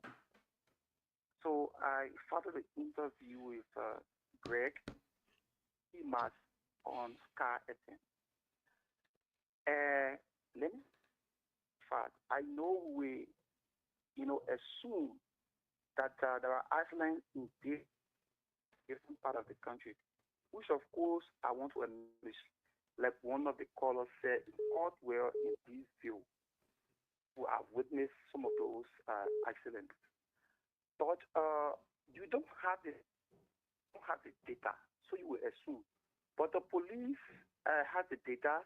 They accident scene, and they have their own report as it relates to the accident that occurred in different parts of the country. So Greg is not speaking out of the blue sky. He's speaking from a statistical standpoint. So while the shooting accidents in other areas, you don't have the data to ascertain where or a particular region has the higher numbers of accidents. So specifically, you call just to counter-react to what was said by one of the persons. I'm not counter-reacting. I am just providing this information because we don't have the data. We will all assume, but the police has the data. They speak from an informed background. So for that reason, bikes shouldn't fly the Ministry of Monrovia. No. You followed me yesterday when I called on the show when you had a guest in studio. I told you I continue to appeal on behalf of our brothers. We are all one way or the other victimized by the action, taking away motorcycle from the main street. I said it on the show yesterday. Okay, then let's talk to the next person. Morning. Good morning, Samira. Let's hear you. Thank you. My name is Ali Padikoman, Mexican family, and boys my running car. Okay. Samira, for me, I'm a team, my spirit. Ali Bad Ralo, Monserralo is very big. Labrador is very big. The people can go and run other places. Good morning. What show where I'm only one small detect. It's able to buy any argument we hear going around. That why many people to register, why many people to issue. Any part of the country, as long you buy moving audio, wala la motor bow, wala la cow, so long you buy it to bring a new country for it to run. Even running my own country, my country. You might have to register it. So you know that the insurance company they were refusing to insure motorbikes. You know that some of the insurance company they were refusing to insure bikes. And you said that once you bring moving object as for the registration part, it is true, 100%. But the insurance on motorcycles, you know that some insurance company they were refusing it. They said that they will not insure motorbikes. I come my sister. So yeah, but why more allow people to get lesson? Why more allow people to register a motorbike for that reason get pull our money back? The lesson they were offering, was it a motorcycle lesson or it was driver lesson for a vehicle? So it means that the man can drive taxi, right? So they were getting driver lesson. The same driver lesson they issue out to a taxi is the same driver lesson they should issue out to a motorbike. Behind the lesson, you can see car, you can see motorbike. No, that one not true, my brother. That one not true. You just saying it to for the people to say, oh yeah, that's true. You talking. Let's talk to this person. Morning. Good morning, Samara. Let me say good morning to the listener. This is Edmond Carr, the visually impaired guy that keeps me this presidency to the fire to deliver. Yes, yeah, you know, when there's a national issue, we discuss it and see how best you can resolve it so that it can be in the interest of the citizen. You know, all of the argument for me, it can just hold water. Because if you, the last time when you start the motorbike for flying the street, you say they vandalize some of your booth and some of your checkpoint. And when it's reason why you're putting a restriction on them. They are now pushing forward, for their interest as far as going to court. Now you are not coming up to talk about, and in fact, because of motor morning, poverty killing the Liberian people. That's not fair. If we agree with that, as I said the last time, then what about the gigabyte truck that are moving on the street of Monrovia? What about the one that happened on RIA Road when the guy was on the way to Grand Pastor County with that truck? These people was killed up to present. We are not seeing them banning these trucks. When you see these guys running on the highway, this time when you own any vehicle traveling on this road, when any of the drivers see these guys coming to visit us, we are packing up the road, They're not doing anything about it. Okay. So that argument is not acceptable. So they're not doing the right thing. Okay. So that these guys can be able to have access to the street to be able to survive for their family to survive. Okay, thank you. Sharp 9 o'clock, we take a draw for the cash giveaway, 20,000, making it 40,000 that we'll be giving out. So sharp 9 o'clock, we have 3 minutes coming up to 9 o'clock. Let's get 10 persons to play quickly within the 3 minutes. We have our frequent players here also to call up at 9 o'clock. So let's get 3 persons, not 3, but 10 persons to play within the 3 minutes quickly. I'm checking. Okay, this person. Let's talk to this person. Yeah, morning. Yeah, good morning, Samira. Morning. And let me say good morning to CEO Seku and to the many listeners in our country. This is Dario Macario, and I'm calling from Germany, Hamburg. Let's hear you. Samira, on this motorcycle issue, we've been listening, and we begin to realize how sometimes hypocrite and deceitful Liberian can be. So people are calling back in the police about the act when they took money from the motorcycle, demanding them, your pay so and so amount, and you guys have the free will to fly the street of Morovia. And now the people have paid the money, and police are denying their right and seizing their backs. And people are backing the police. So how do they expect those guys to survive and even to provide for their homes? These are parents too. Because they don't have the opportunity to work, they are. Okay. So that is it. We have 2 minutes coming up to 9 o'clock. It's prudent enough that we'll be able to use the time to do the draw for another 20,000 Liberian dollars. It's okay enough that we'll be able to do that so that we do a draw for another 20,000 Liberian dollars. But just before that, we will please call to our, let's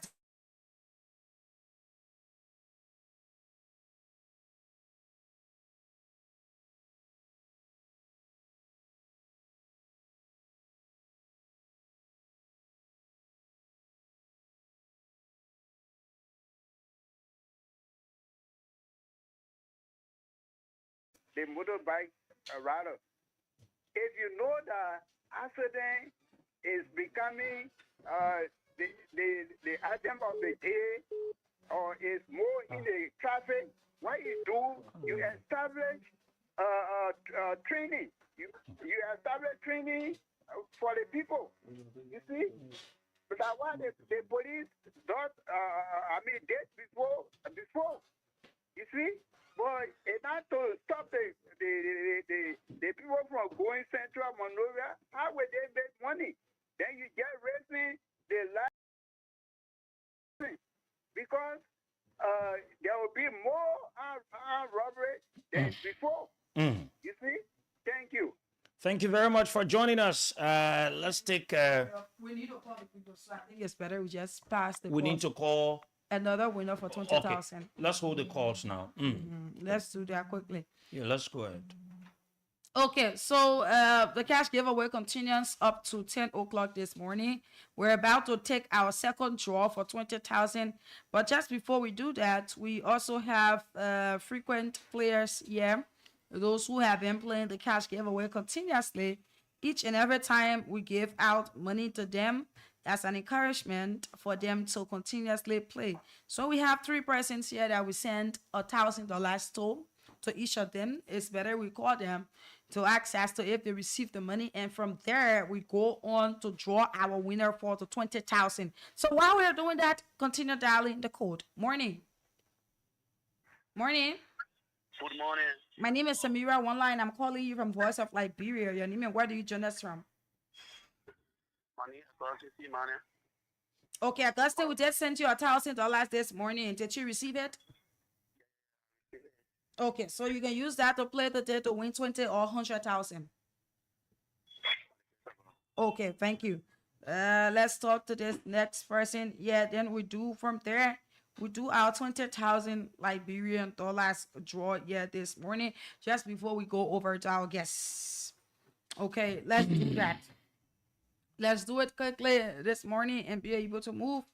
3 persons, we send $1,000 to. Let's be able to, from here, we call our winner for another 20,000 Liberian dollars this morning.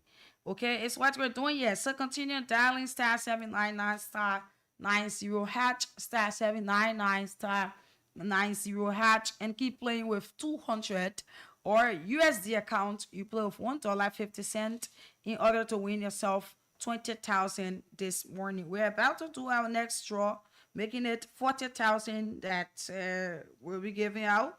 And we still have more draws to do. Yeah, so if you're listening, keep playing. Do not lose hope. You will win before the day ends. So now we just drew our next winner for 20,000. Let's call this person. Yeah, let's move on. You got the person already? Yes, I'm placing call to this person already. Okay. So let's have the person.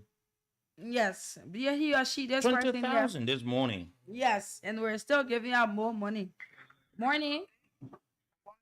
My name is Samira One Line. I'm calling you from Voice of Liberia. Your name and where do you join us from? You are joining me from Banka. Please switch off your monitor, please. Hello? Hello? Yes, be a little audible, please. Hello? Hello, your name and where do you join us from? My name is Doris. Come again? County. Doris Flomo. Yes. From Banka, Bon County. Yes. This is the number. This is the name that is registered on your mobile money number, right? Yes. Okay, Doris, you did play the cash giveaway this morning. How many times did you play? 8 times. You won 20,000 Liberian dollars. You said what? Jesus, eh? Yeah. So, shortly we send the money to your phone, and people are listening to you. What do you have to say to them to encourage them so that they play and be able to win a part of money within 1 hour? Well, I just want to encourage those that are listening under my voice now. I just want to encourage them this morning so that they can play when I give up. Because for me, I've been playing. My sister, you know, when you give me the encouragement, I can be motivated. I can always play. I say, I know one day, maybe I will win. And definitely today, I become a winner today. Okay. So congratulations to you. Okay, shortly we sent you 20,000 Liberian dollars to your phone.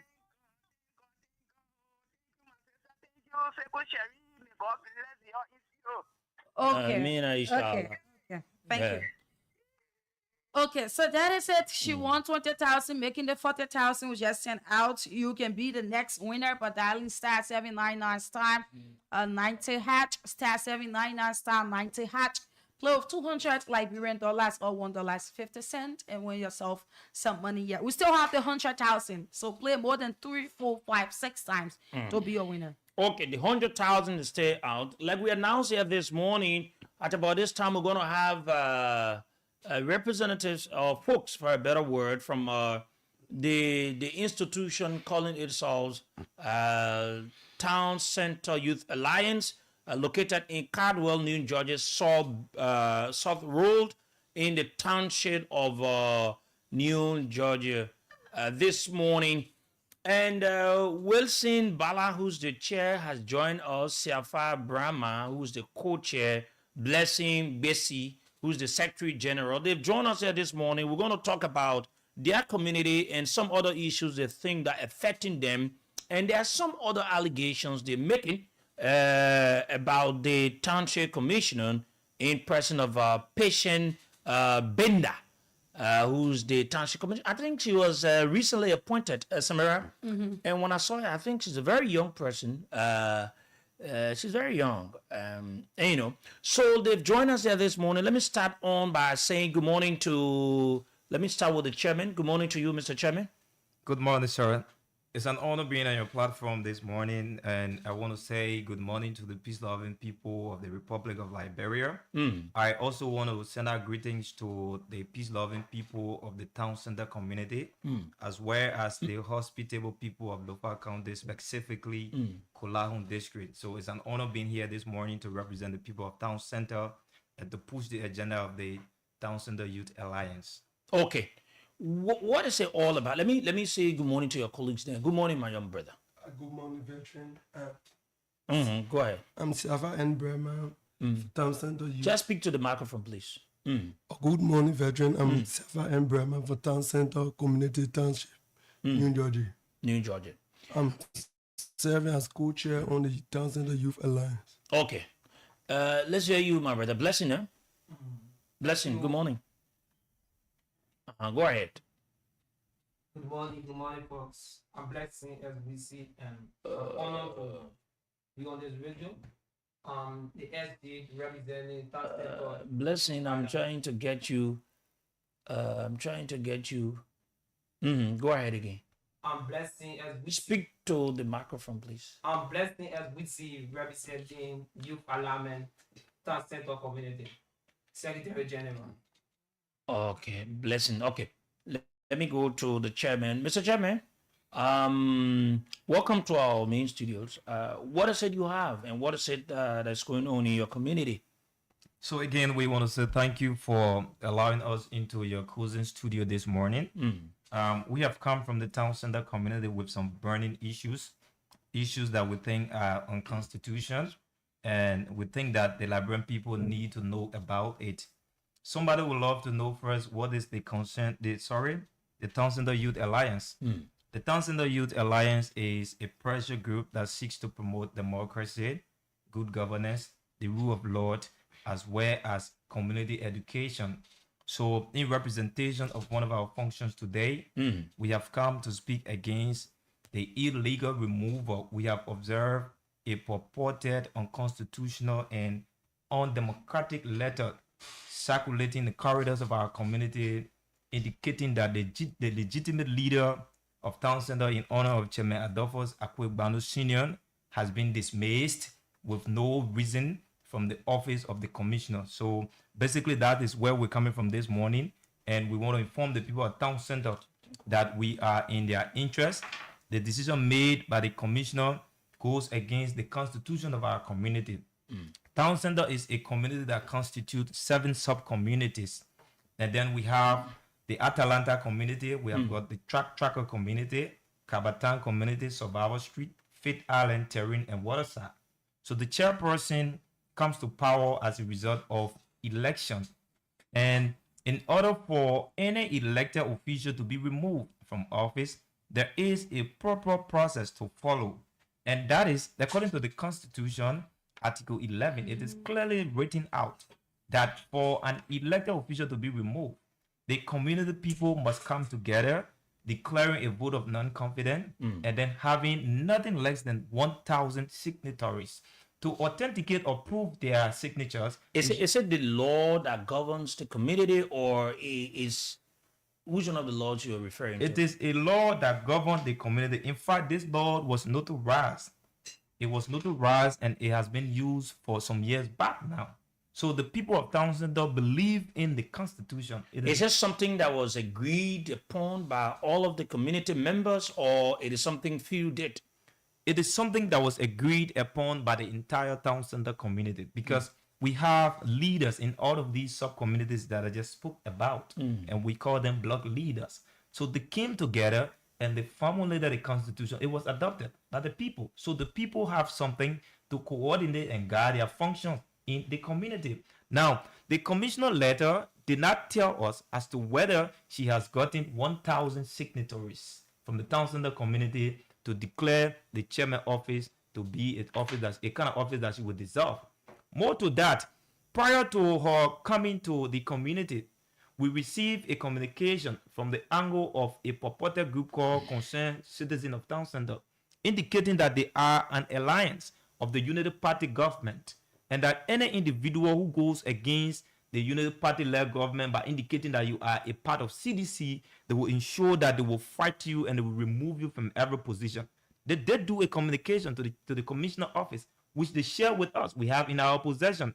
In their communication, they were demanding the removal of the chairman of the community without providing constitutional backings as to why the chairman should be removed. To our surprise, was the chairman elected by the community? The chairman is completing the turning of an elected chairman. Okay. Jabo Akladus Boto, he was elected, but due to constitutional deficiency, he was removed, and then a ascendancy clause pushed Chairman Gbano to the space because he was initially elected as the co-chairman. Why was he removed? So there are a lot of factors that played at the time to remove Jabo.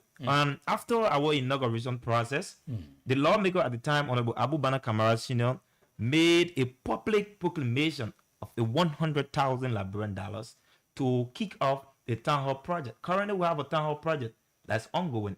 But to the surprise of the people of Town Center, when the chairman received that money, he did not even place a cement for the foundation of the town hall project. And when we requested for a financial report, he couldn't give anything of such. We did do a So it was from that backdrop that you people decided to remove him. Of course. And at the time we had the signatures.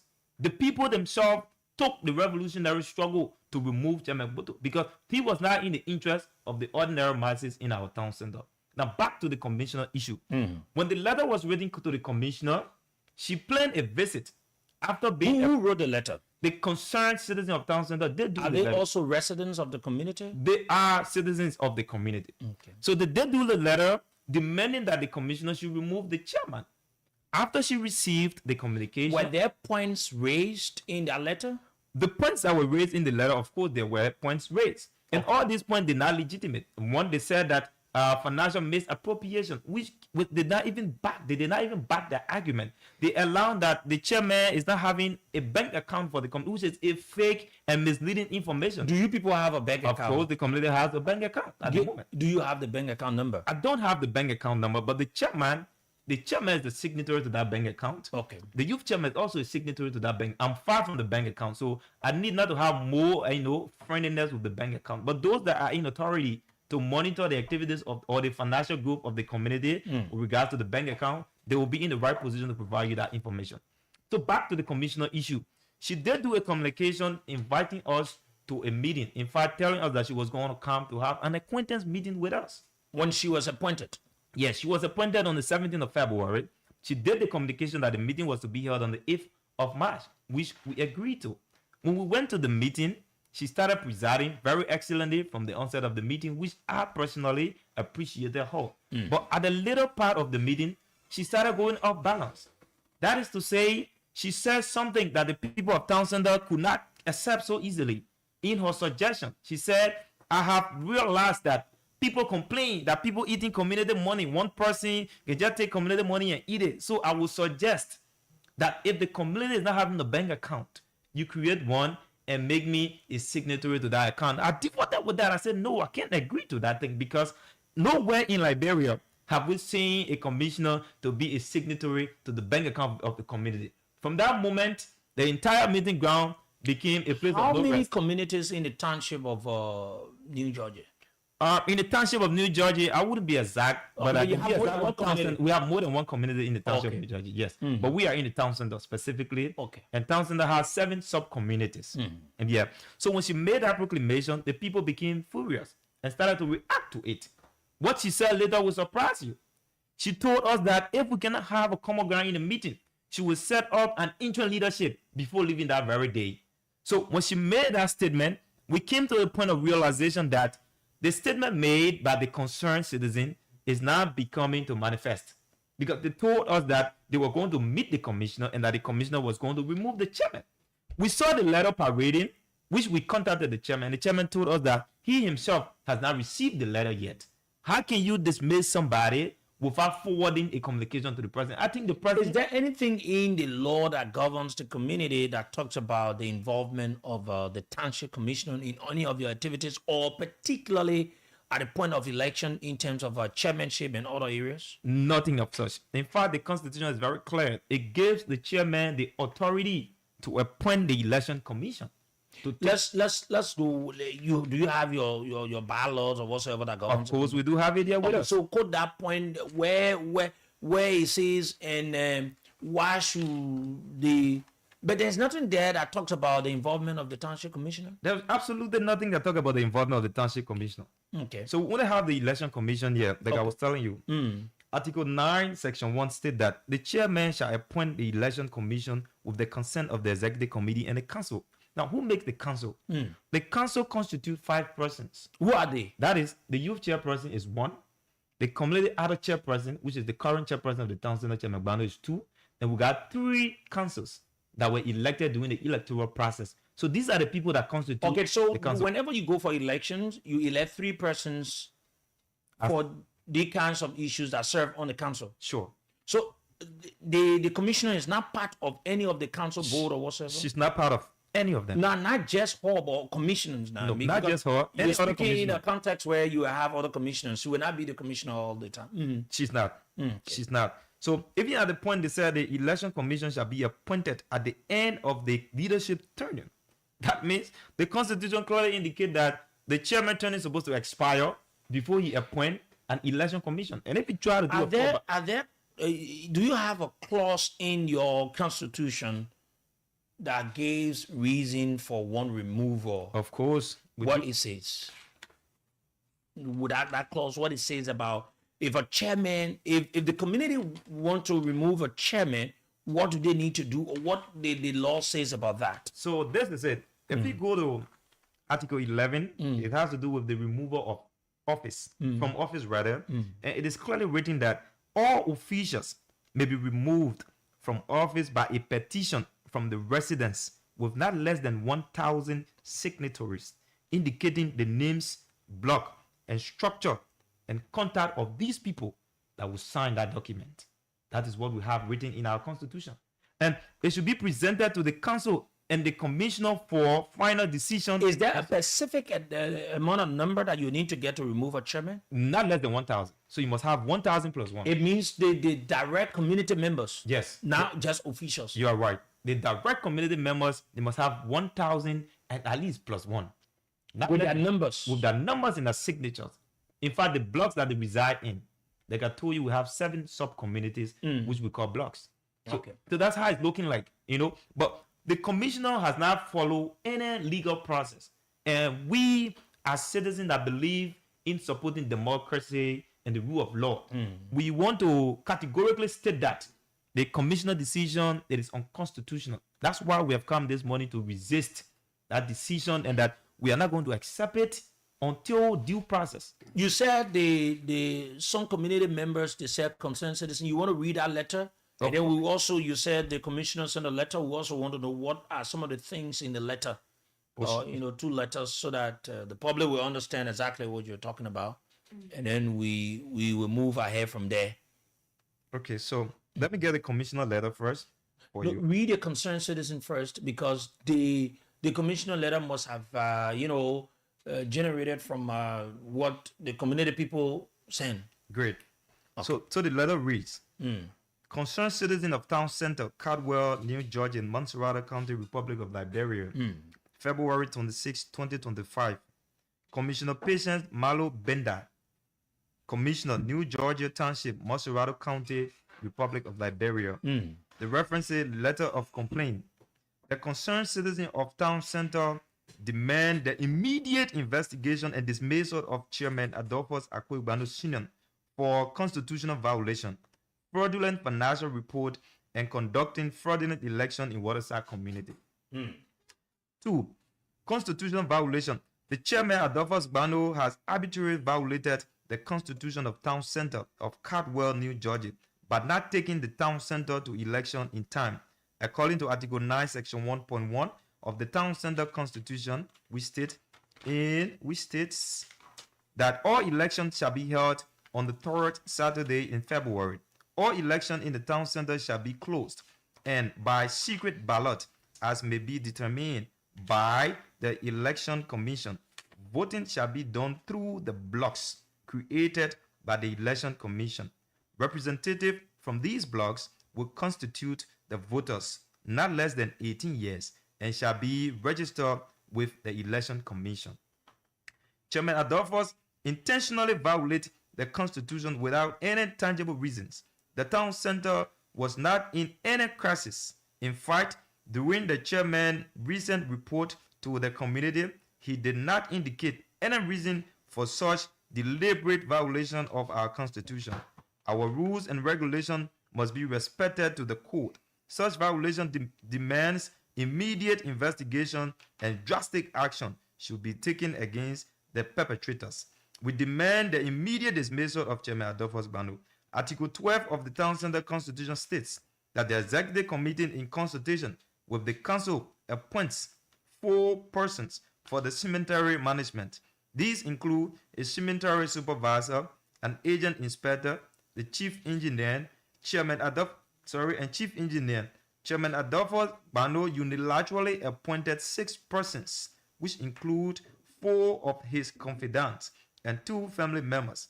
This is a complete violation of our constitution and waste of our resources, which is intended to fill the pocket of few individuals.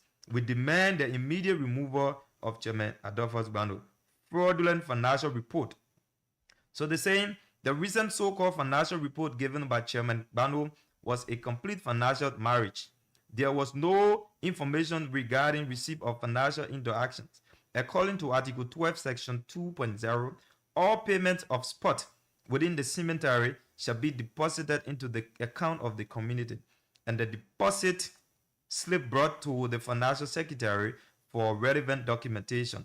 Chairman Adolfo Bano and his financial team did not make any documentation of complete. Okay, let me hold you there.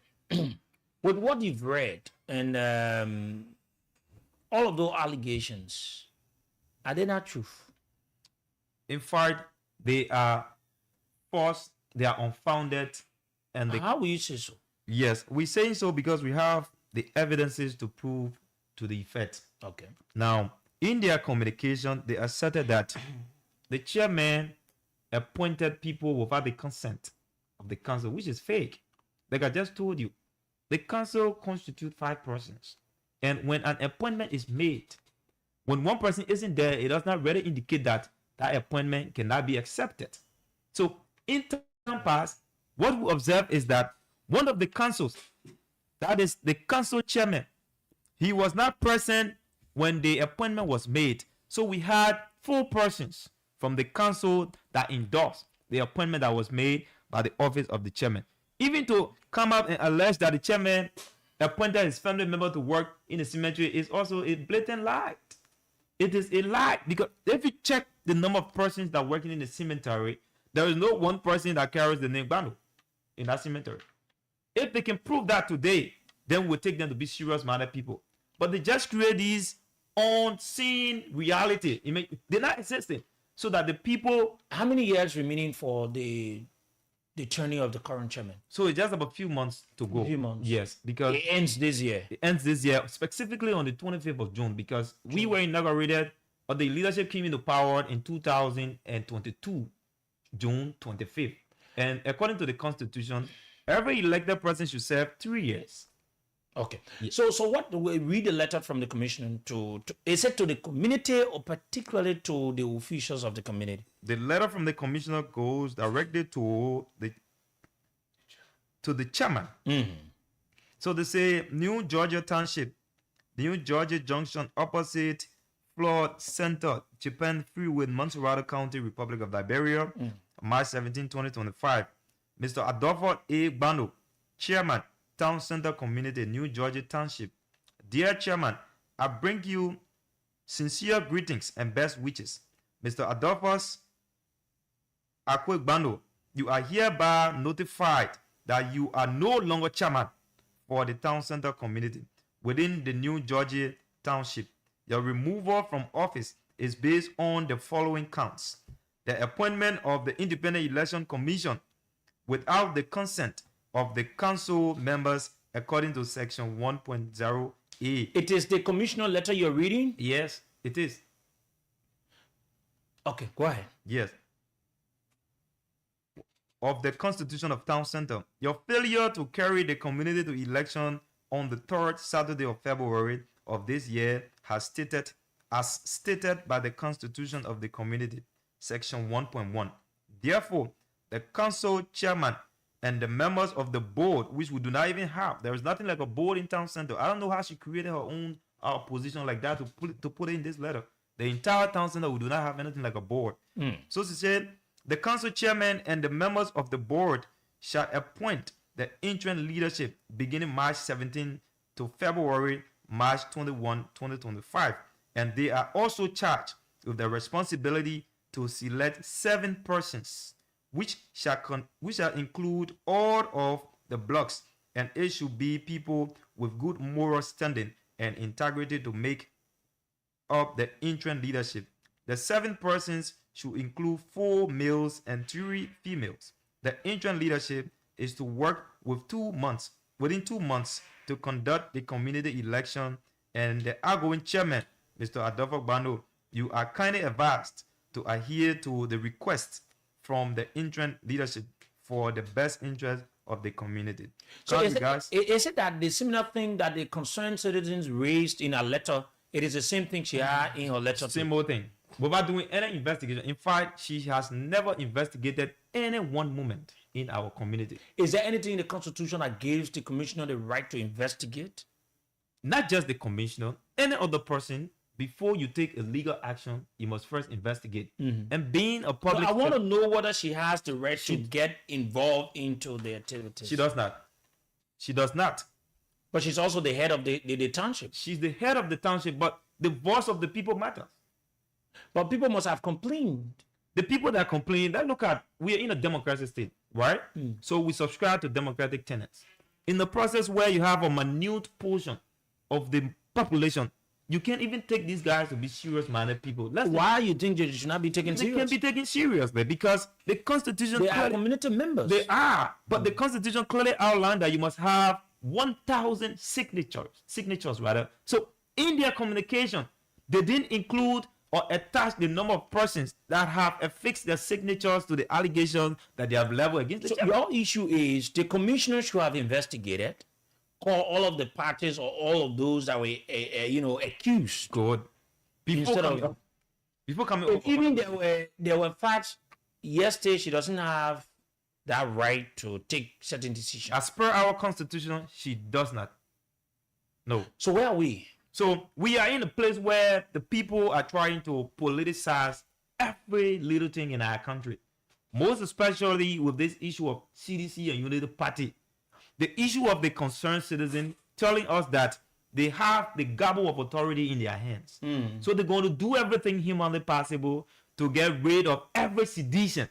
And for us, we have no fear to tell the people that we are sedition. It is not a crime to be a sedition.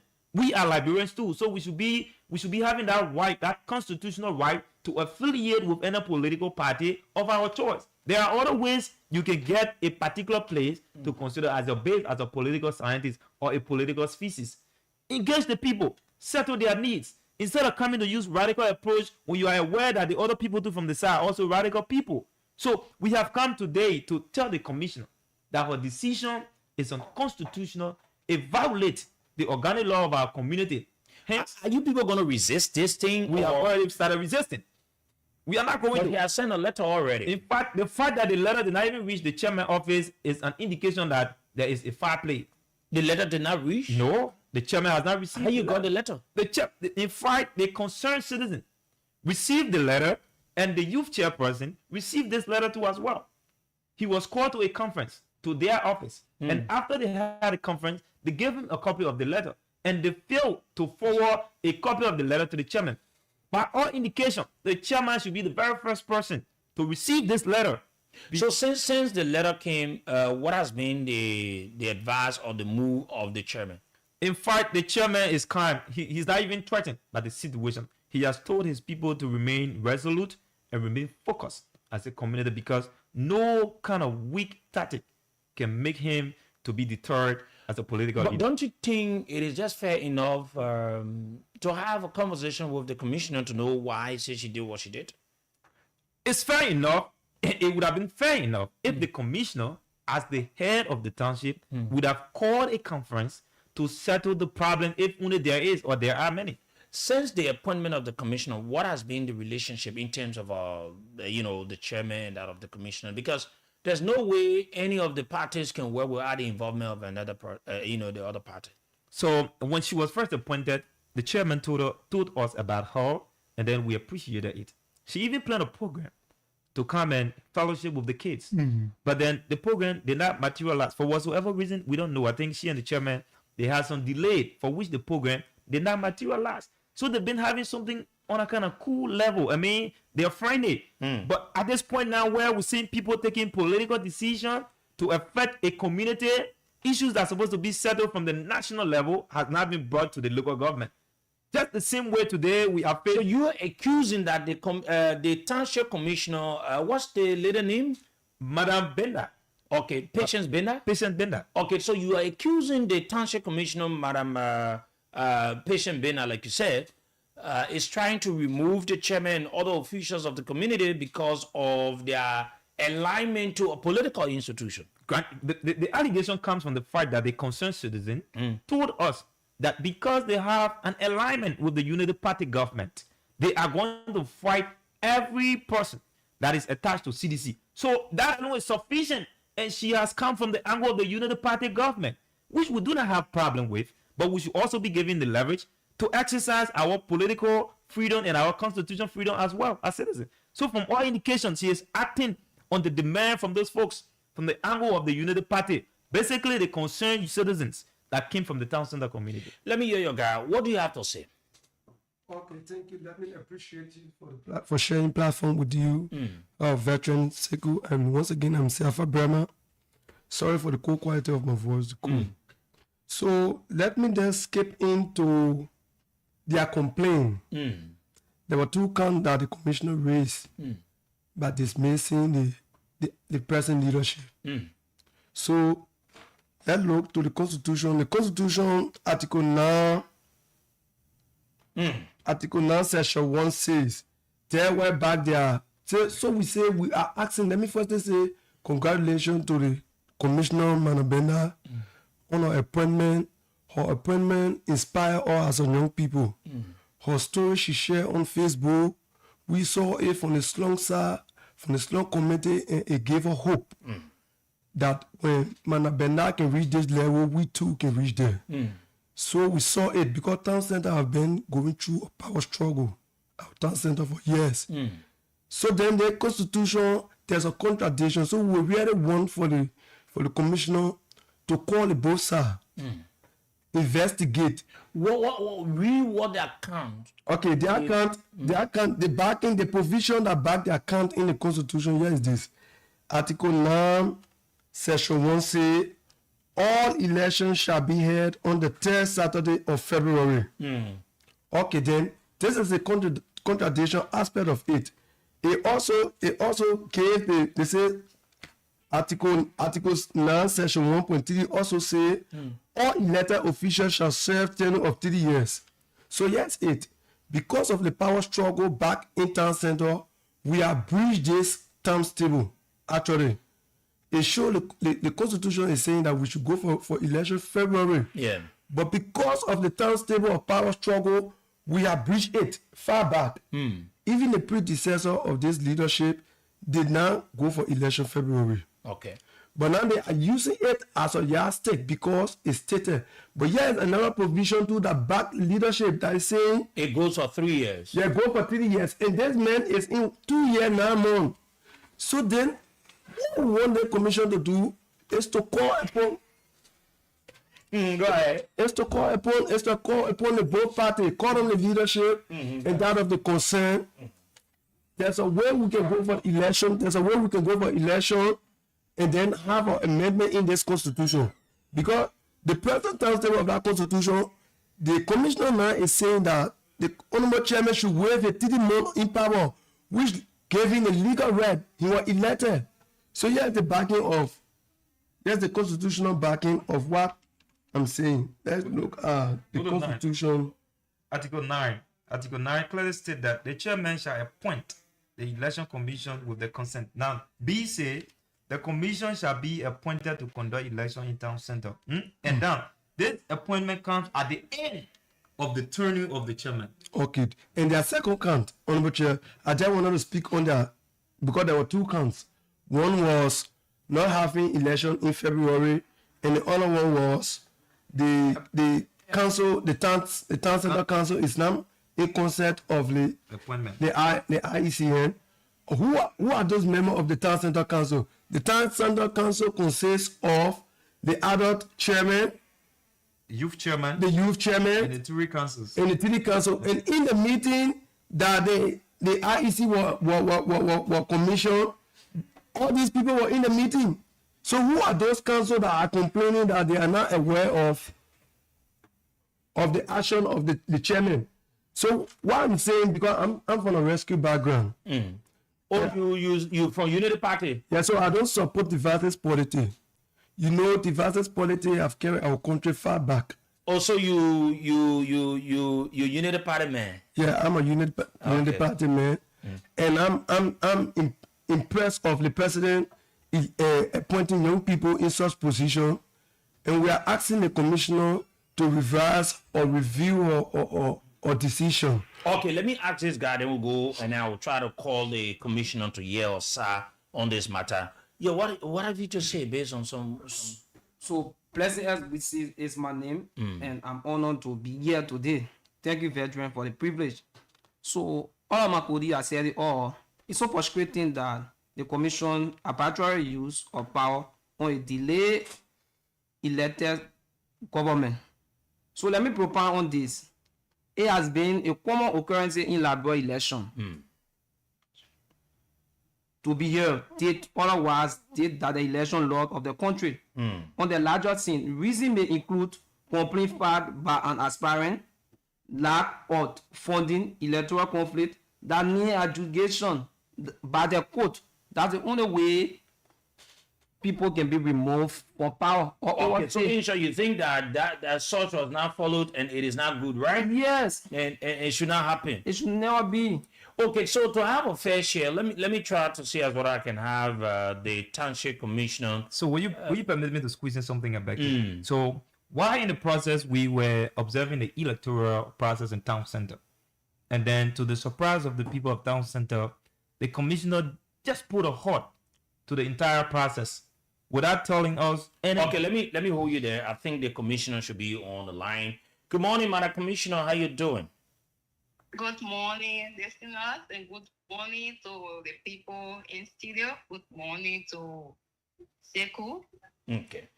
It is good. And let me say thank you for accepting our call. I can remember we talk off the radio trying to let you know that we'll have you on. I want to say thank you. How is the township of New Georgia? Well, the township is doing great this morning. When people are all moving up and down on their regular activities, so the township is in a good state this morning. Okay. Here's this thing. There's this allegation that has been made by some of the community members, some leaders of the community, that you are interfering with the community leadership. Do you care to tell us what have you done and what do you know of? Okay, thank you, Sekou. Thank you so much for having me online. Firstly, town center community, when I took office 3 weeks ago, I already have a plan to my community engagement to visit my communities within the township.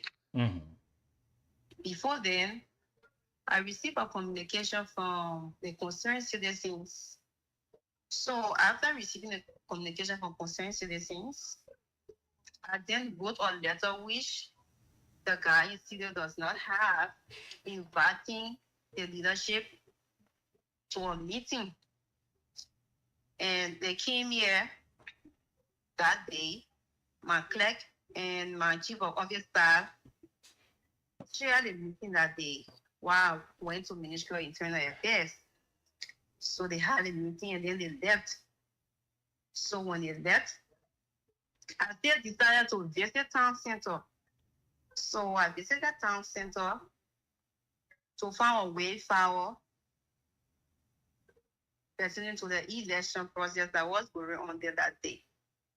That at that time now, I went there to find out what actually happened, what's going on, to listen to the people of the town center community.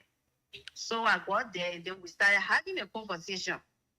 So everything was going well until I asked a question if they do have a bank account for the town center community that every resources they get or they generate go into that account.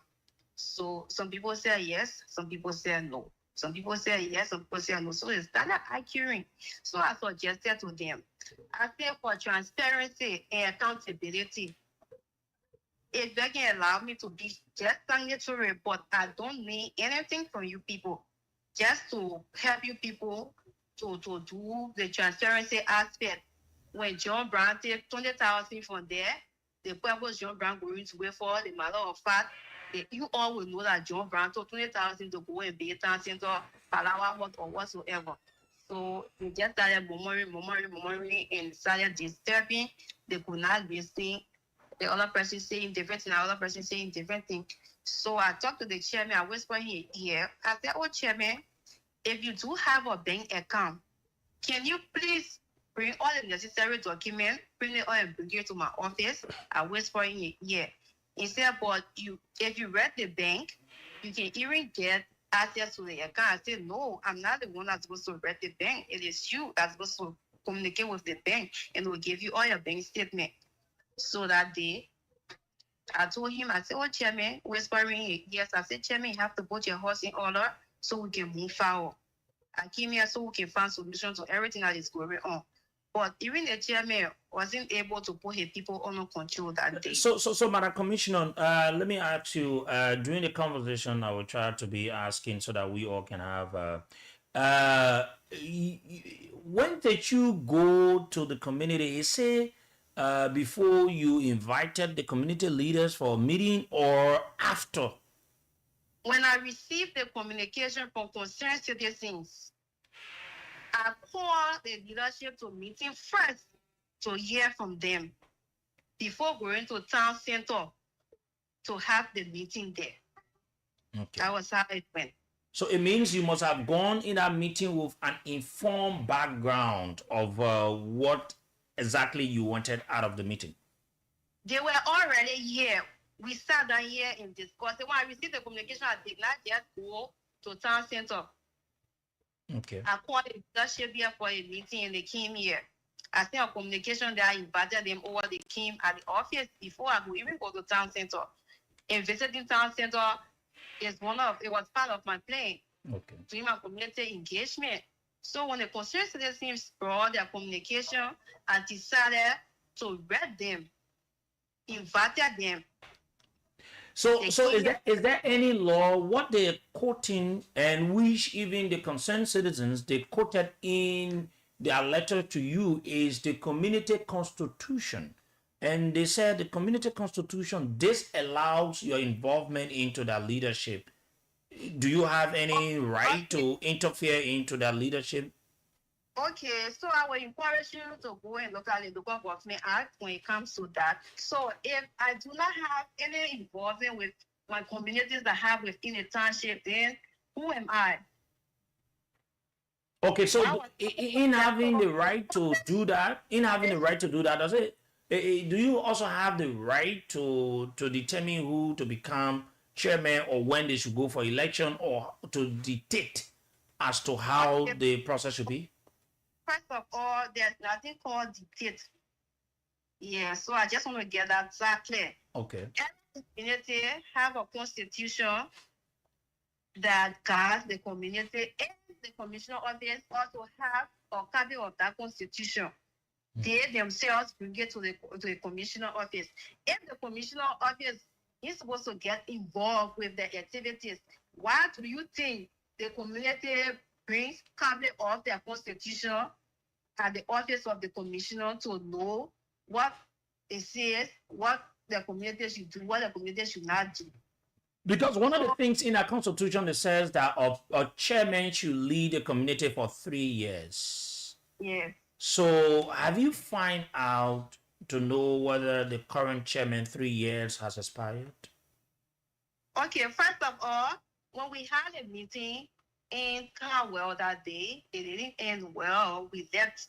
So when we left, I did that communication again, inviting the leadership here, inviting all of the leadership here. And also, before we could conclude on our meeting, there's no time. Madam Commissioner, how many letters did you send out for meeting? The first letter was the letter inviting them over for a conference after I received the concerned citizen communication. The second So that letter, let's get it clear. That letter was meant for the letter that was sent. It was not something that you know decided to that they brought away. No. I think the communication for us to come sit down here and discuss about the situation, about the complaint that the concerned citizen brought here. So I did not dissolve the leadership brought away. Okay. Then you wrote another letter again. Yeah, I wrote another communication inviting the leadership, the election commission, every one of them, inviting them here. Okay. Including Kevin. So when it was on Monday, the meeting was scheduled on Monday, which was this going Monday. Everyone came represented. Everyone was fully represented. The chairman did not show off. He said that he was on his way. Later on, he called some of my office staff to tell them that he won't be able to make it because he's not feeling well. So I received a co-chair. When I received the co-chair, I called the chairman. I said, "Oh, chairman, I wanted you to be in this meeting. We've been waiting for you. Other people being here, but to my almost surprise, I'm not seeing you, and they say you are not feeling well. Are you sure of the co-chair representing you within this meeting? Any result that he brings to you, are you sure of it?" He said, "Yes. Let the co-chair represent me." The youth chairman was represented, religious leaders was represented, the election commission was represented, the women wing was represented. So, Commissioner Patient Bender, in that meeting, what was the yardstick? What was the tools used to guide the process of the committee? Is it the constitution that you people were looking at to guide the conversation, or you people just had an open conversation as to find solution? Sure, it was the constitution that we used, but before then, after the meeting in Carwell, the youth chairman wrote me.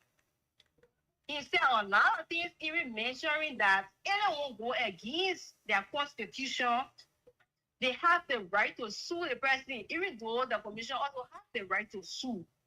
So I said, okay, for this, I cannot go against these people's constitution. Okay. So I used the constitution, the youth chairman, every one of them were represented here. So, Madam Commissioner, your letter is being read. In that letter, is it confirmed or truth of the letter one of the guests in the studio read about you? Is it truth? Which one of the letter? Where you said the chairman should be removed. The communication, that particular communication, it came up. You have to listen if you want to get the details of what went on. You have to listen. No, I'm listening. I'm hearing you, but I'm also asking. Yeah, but I think if you give me a time to explain, then you will listen. I'm giving you time now, but I just need to ask because of the people listening. So I'm asking you, is it true that you wrote any letter asking the chairman to be removed? Right after the meeting on Monday. Mm-hmm. Yes. So can I now? So you wrote a communication removing the chairman, right? Dissolving the leadership. Do you have the authority to dissolve the leadership? As the commissioner, if any community watch, I can call it against. Who's their constitution? The constitution says that all elections shall be held on the 10th Saturday. They're supposed to go into election on the 10th Saturday. And also, the same constitution is saying that the leader should serve for 3 years. Do you take that into consideration as well? Come from February 2022 to February 2025. How many years? Okay. So the okay. Go ahead. Okay. All right. So in the meeting, the co-chair After I started to use the constitution, not using any other book, but their own constitution, the co-chair was represented, the council here was represented. All elections shall be held. I the election commission to explain. Yes, when they said everything, it started publicity from February 24 to February 27, and he explained everything how it went. So, according to the election commission, he told them when they called him, he told them, have you people sent a communication to the commissioner office to be in the know that we are going to election, all the election process has started? They said, according to him, but the chairman then said, oh, we will do the communication to send, but they did not do the communication. So, if we come to the chairman, the co-chair, rather, the co-chair, after I started to use the constitution, he said the constitution has been compromised over the years. Some questions, as a good leader, do you think it is good to continue to compromise the constitution? Madam Commissioner, because of time, is it true that at any point in time it was being discussed because some leaders are from a particular political party? That is the reason why, quote unquote, you people want to get them off their positions? No. Okay, so what is the way forward? How do you think you can handle, or how do you think the community can handle this thing for the betterment of the community without having any, disturbance at the end of the day? I believe that there will be no disturbances. I only use the constitution that states that all elections shall be held on the third Saturday in February. And we are in March now, right? They started the publicity the 24th to the 27th, and they started, I think, candidate registration on the either 28th and not too sure, 28th or the tier, different things. Election activities every day. Election activities. Candidate registration started February 28th. Voter registration started February 27th. Okay. Yes. Okay. So, this was just just a short part that I took from them, what they were saying. Okay. So for me not to go against the constitution and to be sued, this is how we came to this conclusion that says all elections shall be held on the third Saturday in February. Okay. Okay, so it means that they agree, is what you're saying. What do you mean agree on what? Meaning those of the people you had a meeting with, some of the officials that you had a meeting with, they agree that there's a need to go for election. But before then, they started to beg. Oh, we beg you, just allow the election process to go on, this one, that one. I said, oh, for now, I cannot go against the constitution. Because if I go against this constitution, definitely I will be going to court. So I am only using the constitution to do this and to conclude this meeting. Okay. Thank you very much, Madam Commissioner. Any other thing? We want to appreciate you taking our call. Thank you very much. Yeah. Okay. Thank you so much, Sekou. Okay. Yeah, always. Okay. Thank you. She's the Township Commissioner of New Georgia Township, Commissioner Patient Bender. You listen to what the commissioner said. You want to just chip in a few seconds, then we'll go to the lines. We're going to just take 5 calls. Okay, so let me firstly appreciate the commissioner for picking the call. But then when you come into the public, you should be very honest with what you say to the people. She just spoke about being inconsistency with the constitution.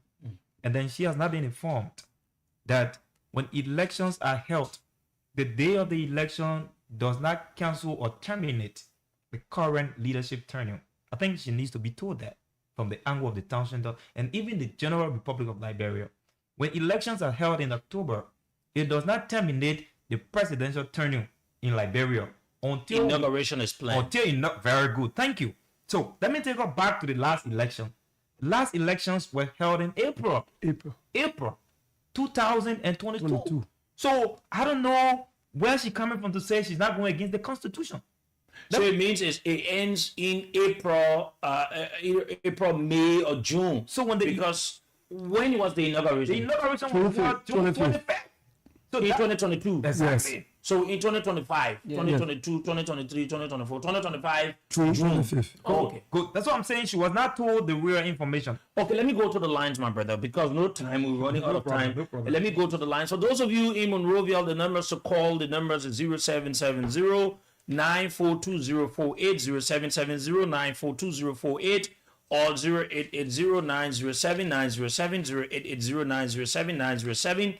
And those of you in the countries, you want to weigh in on this issue, 0773 419502, 0773 419502, 0555 184711, 0555 184711. For those of you, the female callers, 0773 97 8564, 0773 97 8564. You're listening to us in Grand Bassa County, you're listening to us in Lufa, you're listening to us in Bong, on our different frequencies across the country, in Grand Bassa, in Mangibi. Your numbers are 0773 419502, 0555 184711. Are the numbers to call? Let me go to the lines and let me take this call from this end. Morning. Good morning, Sekou, and let me say good morning to your studio guests and the many listeners. This is Abraham J. Zanto, the youth chairperson of the town center community. Go ahead. First, let me. You said a youth chairperson. Okay, go ahead. I'm the youth chairperson. So, first, let me demystify what the commissioner said. And in an honest reality, she did violate our constitution. Because in our constitution, Article 11, we spoke on how one should be removed from power. And there are acts that constitute one to be removed. So those acts of crime includes misappropriation of funds, misuse of misconduct, and it also said prolonged absence of details. And it also said convening criminal acts. These are acts one commit as an official before you be removed from office. And besides, you should have 1,000 signatures by community residents with their names, their block, and their contact numbers. Okay, thank you. Let me take another call. The calls are too many. Good morning. Good morning, Sekou. Good morning to the people in Radio Land. Let's hear you. So, my name is David S. Kanswa, the second, and I'm a resident of Town Center Community in the Georgia Township. Go ahead. Let's hear you. In the community. And what I've gotten to know that some external forces are the one that's demanding or have been pushing the commissioner to take this decision that they have taken. Because one, if a legitimate chairman has a tenure that ends in June, and if there's an issue, there's no legal reliance to dismiss or remove the entire leadership. There are no investigations conducted for corruption. There were no conviction made against those people. So my question is, on what grounds is the commissioner acting? You know, I'm not trying to be dismissive of a young woman that's occupying such position, but I see inexperience being brought to the process. Because if she came with a set mind that she just coming to come and remove these people, I mean, that's something I've been playing. They have a guy called Otis Pade. He's the brother-in-law to Amos Stewart. If the emissary be used by Amos Stewart to come and remove our community leadership and create instability in town center, our community has been peaceful for years. We have not had any trouble in our community concerning leadership. But since the involvement of Amos Stewart, emissary called Otis Pade, who happens to be his brother-in-law, it has been creating some serious unrest in our community. And this will escalate. I see it escalating because if the young people will take up the time to go on the radio and explain things that happen in the community, I see it escalating. And the burden will be placed on the commissioner head for taking a wrong decision. She should be a woman of her own, make her own sound decision, and let our people live in peace. Okay. We're also calling on our president to not Okay, the line is bad. The calls are too many. Where should I go? Let me see. You want to take the other call on the other end there? Good morning. Good morning. Yes, good morning. Good morning. Thank you very much for taking me. This is the voice of Ambassador Stephen Testimony Vopper. Many people are asking you quiet politically. Now, I have to come out today to clarify some things. The fact that I'm not a sedition and I'm not a unity partisan, but I support the regime, but I'm not a partisan. This thing that is going on with the commission of ethics, no, I'm not unity partisan. I support the regime, and I have a purpose for doing that. So let me clarify this thing so people will know what's really going on. This thing from the commissioner's office and onward to the town center, it has two things playing. It's number one, the lack of proper information and inexperience to the office that is being occupied by the commissioner. And the number two is that the next one is the commissioner is not in charge. When you why are you saying so? Who do you think is in charge? No, she's not in charge. Who you think is in charge? No, I will not tell you. She needs to tell the people. But you said she's not in charge. Who do you think is in charge? When I say she's not in charge, she's not even prepared as a commissioner to even give anything out to the public. So she needs to bring the person that is in charge in the background. We will not go in there. Let me get to this one. The next part here is that the commissioner is misunderstanding everything about town center. This community, I stay in this community. I'm forced to call on this radio today because I told people I'm out of politics, but I'm forced to call today. This commissioner does not know that this town center community has a history of concerned citizens. I'm the oldest concerned citizen chairman in town center community. Everything that has taken place with past leadership being removed or past leadership being chased out or being pressured, I spearheaded. Now, these few group of people are just three persons. They've been used by somebody else. They know their leader. They know whoever that's using them. They just came up just few days ago because they are from the opposition party in this place. They are the politicians. They want to contest. They know what they want in this local community. I don't want anything from here. They want to contest the opposition to the equipment. They battle themselves. Okay. Thank you. Let me take it. Okay. Thank you. Let me take another call. Good morning. Good morning, Sekou, and good morning to the conference studio. Mm-hmm. I do join you from the Colorado Area University that I'm joining with this morning. And I follow the conversation with regards to the commission of the township. But by the way, introduction, my name is Political Frank Harris, the resident of South community. So, Sekou, Sekou, regards to the issue and the madam, I just make an input with the commissioner. She has no idea what she is doing. They are tactical with our whole water. We are aware of what they are doing. The unity party-led regime will not shut down our leadership of the township, of which they have no idea of how our leadership was elected. They are fought against our leadership will not hold water. The first one, the Amos Square camp, appealing or tactic that the chairman should be removed. And as our own future, the man yourself, after 3 years as a chairman. But she has no idea. She can't on her own basic money, her own policy that she came to the council with no experience. The madam lacked the ability to serve as commissioner. Sekou, that will be a fair message to the madam that for many that you are giving the dissolve our USA now and will resist the madam. So thank you for your time, Sekou. Let's take another person here. The calls are 2 minutes. Let me take this person on this line. Morning. Good morning. How are you? Yes, go ahead. My name is Alexander N. Dylan Jr. I'm calling from New Georgia Township. Mm-hmm.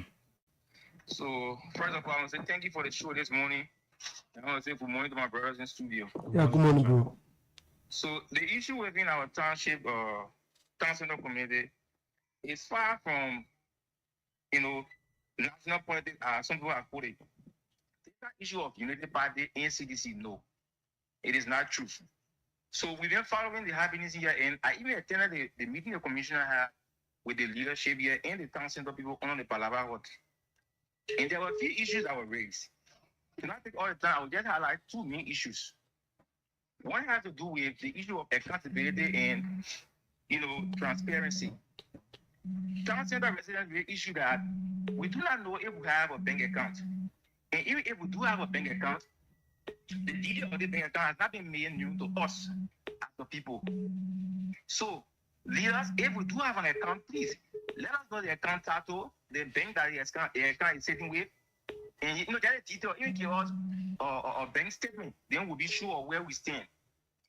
The leadership, they said no. The only told us that it's sitting with SRB Bank, a bank of which the acting chairman is an employee. So we raise the issue of conflict of interest. How can you be with the same bank, saving with the bank, and we the township board do not even know? Okay. Okay. Thank you very much. Thank you. Yeah, let's take that person. Good morning. Hello. Yeah, morning. Yeah, good morning. How are you, sir? Please go ahead, sir. You are live. Please go ahead. Yeah. Let's take another person. Morning. Good morning, Sebu. Morning, sir. Please go ahead. This is the voice of Andreas Fire Jr., the civil accused for return of car when in the... Be audible, yeah? You the last caller. I said this is the voice of Andreas Fire Jr., the civil accused for return of car when in the center of Power School, opposite the Power Shop in it. But let me comment the guys in studio. The first place that those guys contradict themselves is say it is about CDC and UP, which of course we are having a bona fide UP among them, and then they want to make it like it is CDC and UP. That is the first thing. Secondly, from 2022 to now, it's 3 years, and then this chairman in at Topper. Oh, you left the line. Okay, we ain't taking calls again, guys. We need to wrap up. Let me start with you. Just few seconds. Let's wrap up. Yes, few seconds. So, like our colleague has said it all, it's so unprofessional for our commission to take such decision, knowing fully well that our decision is not backing with a constitution fact or constitution backing. We all are governed by our constitution that been carrying us. So she can sit there and few amount of people be controlling her head like she inexperienced with the job. No, let's be rightful. You can't say her head and everything. We gotta respect her. For that reason, and she deserves respect. For that reason, the youth of Ireland Town Center will resist that until she come in our community and make it known to us. And our action should be based on our constitution. Okay, thank you very much. And let me hear you then. We'll close with the chat. Okay, let me conclude by saying a very big thank you for the platform. And to my commissioner, honorable commissioner, we don't want your action to appear, we as rescuers don't want your action to appear to the people perception. Because it's circulating per how the concerned group is circulating on news that it is our time and we will go against sedition, and your action is proving what the people are saying. So we are calling upon your office to call the leadership and call of the concern and go through the constitution. The constitution say, Article 11 say all officials may be removed from office by petition from the resident with not less than 1,000 signatures indicating name, blood structure, and contact numbers. You have not done that. You need to go. Okay. So you want to call your office to reverse that decision. Okay, thank you. Let's hear the chairman conclude. So let me conclude by saying that our voice is our future. So we should not compromise the future of our republic for little or nothing. Say thank you to the management of this platform for allowing us to use your space to share the message with the ordinary people. Back to the issue before we conclude. Town Center remains our common patrimony. We are now waiting to trail our community for CDC or UP business. Okay. On that note, we want to say to the Honorable Commissioner, we expect that you will act with high level of professionalism and listen to the voice of the people. Until we meet again on another platform to talk, my name is Wilson Blamabada II, the chairperson on the Town Center Youth Alliance. Thank you so much. Thank you very much. And then that's all the time we've got to be here this morning. We want to say, I think the other group, concerned citizens and whatsoever, if you guys have the means, you can reach out, and then we also give you, let's hear everything. We want to say thank you to the commissioner for also, answering the call or whatsoever. That is it, and that's all the time we've got to be here this morning. Tomorrow we'll be back here on the show, and I want to say thank you to my co-pilot Samira Walla, who has been here with me since this morning, driving us through And here we are this time. We need to go home. Tomorrow we'll be back here. The repeat of this show will be on tonight. So those of you that miss out on today's edition this morning, you can join us tonight and you'll listen to the repeat. My name is Sekou, and indeed I'm Sekou Shari. Do have yourself a God bless day.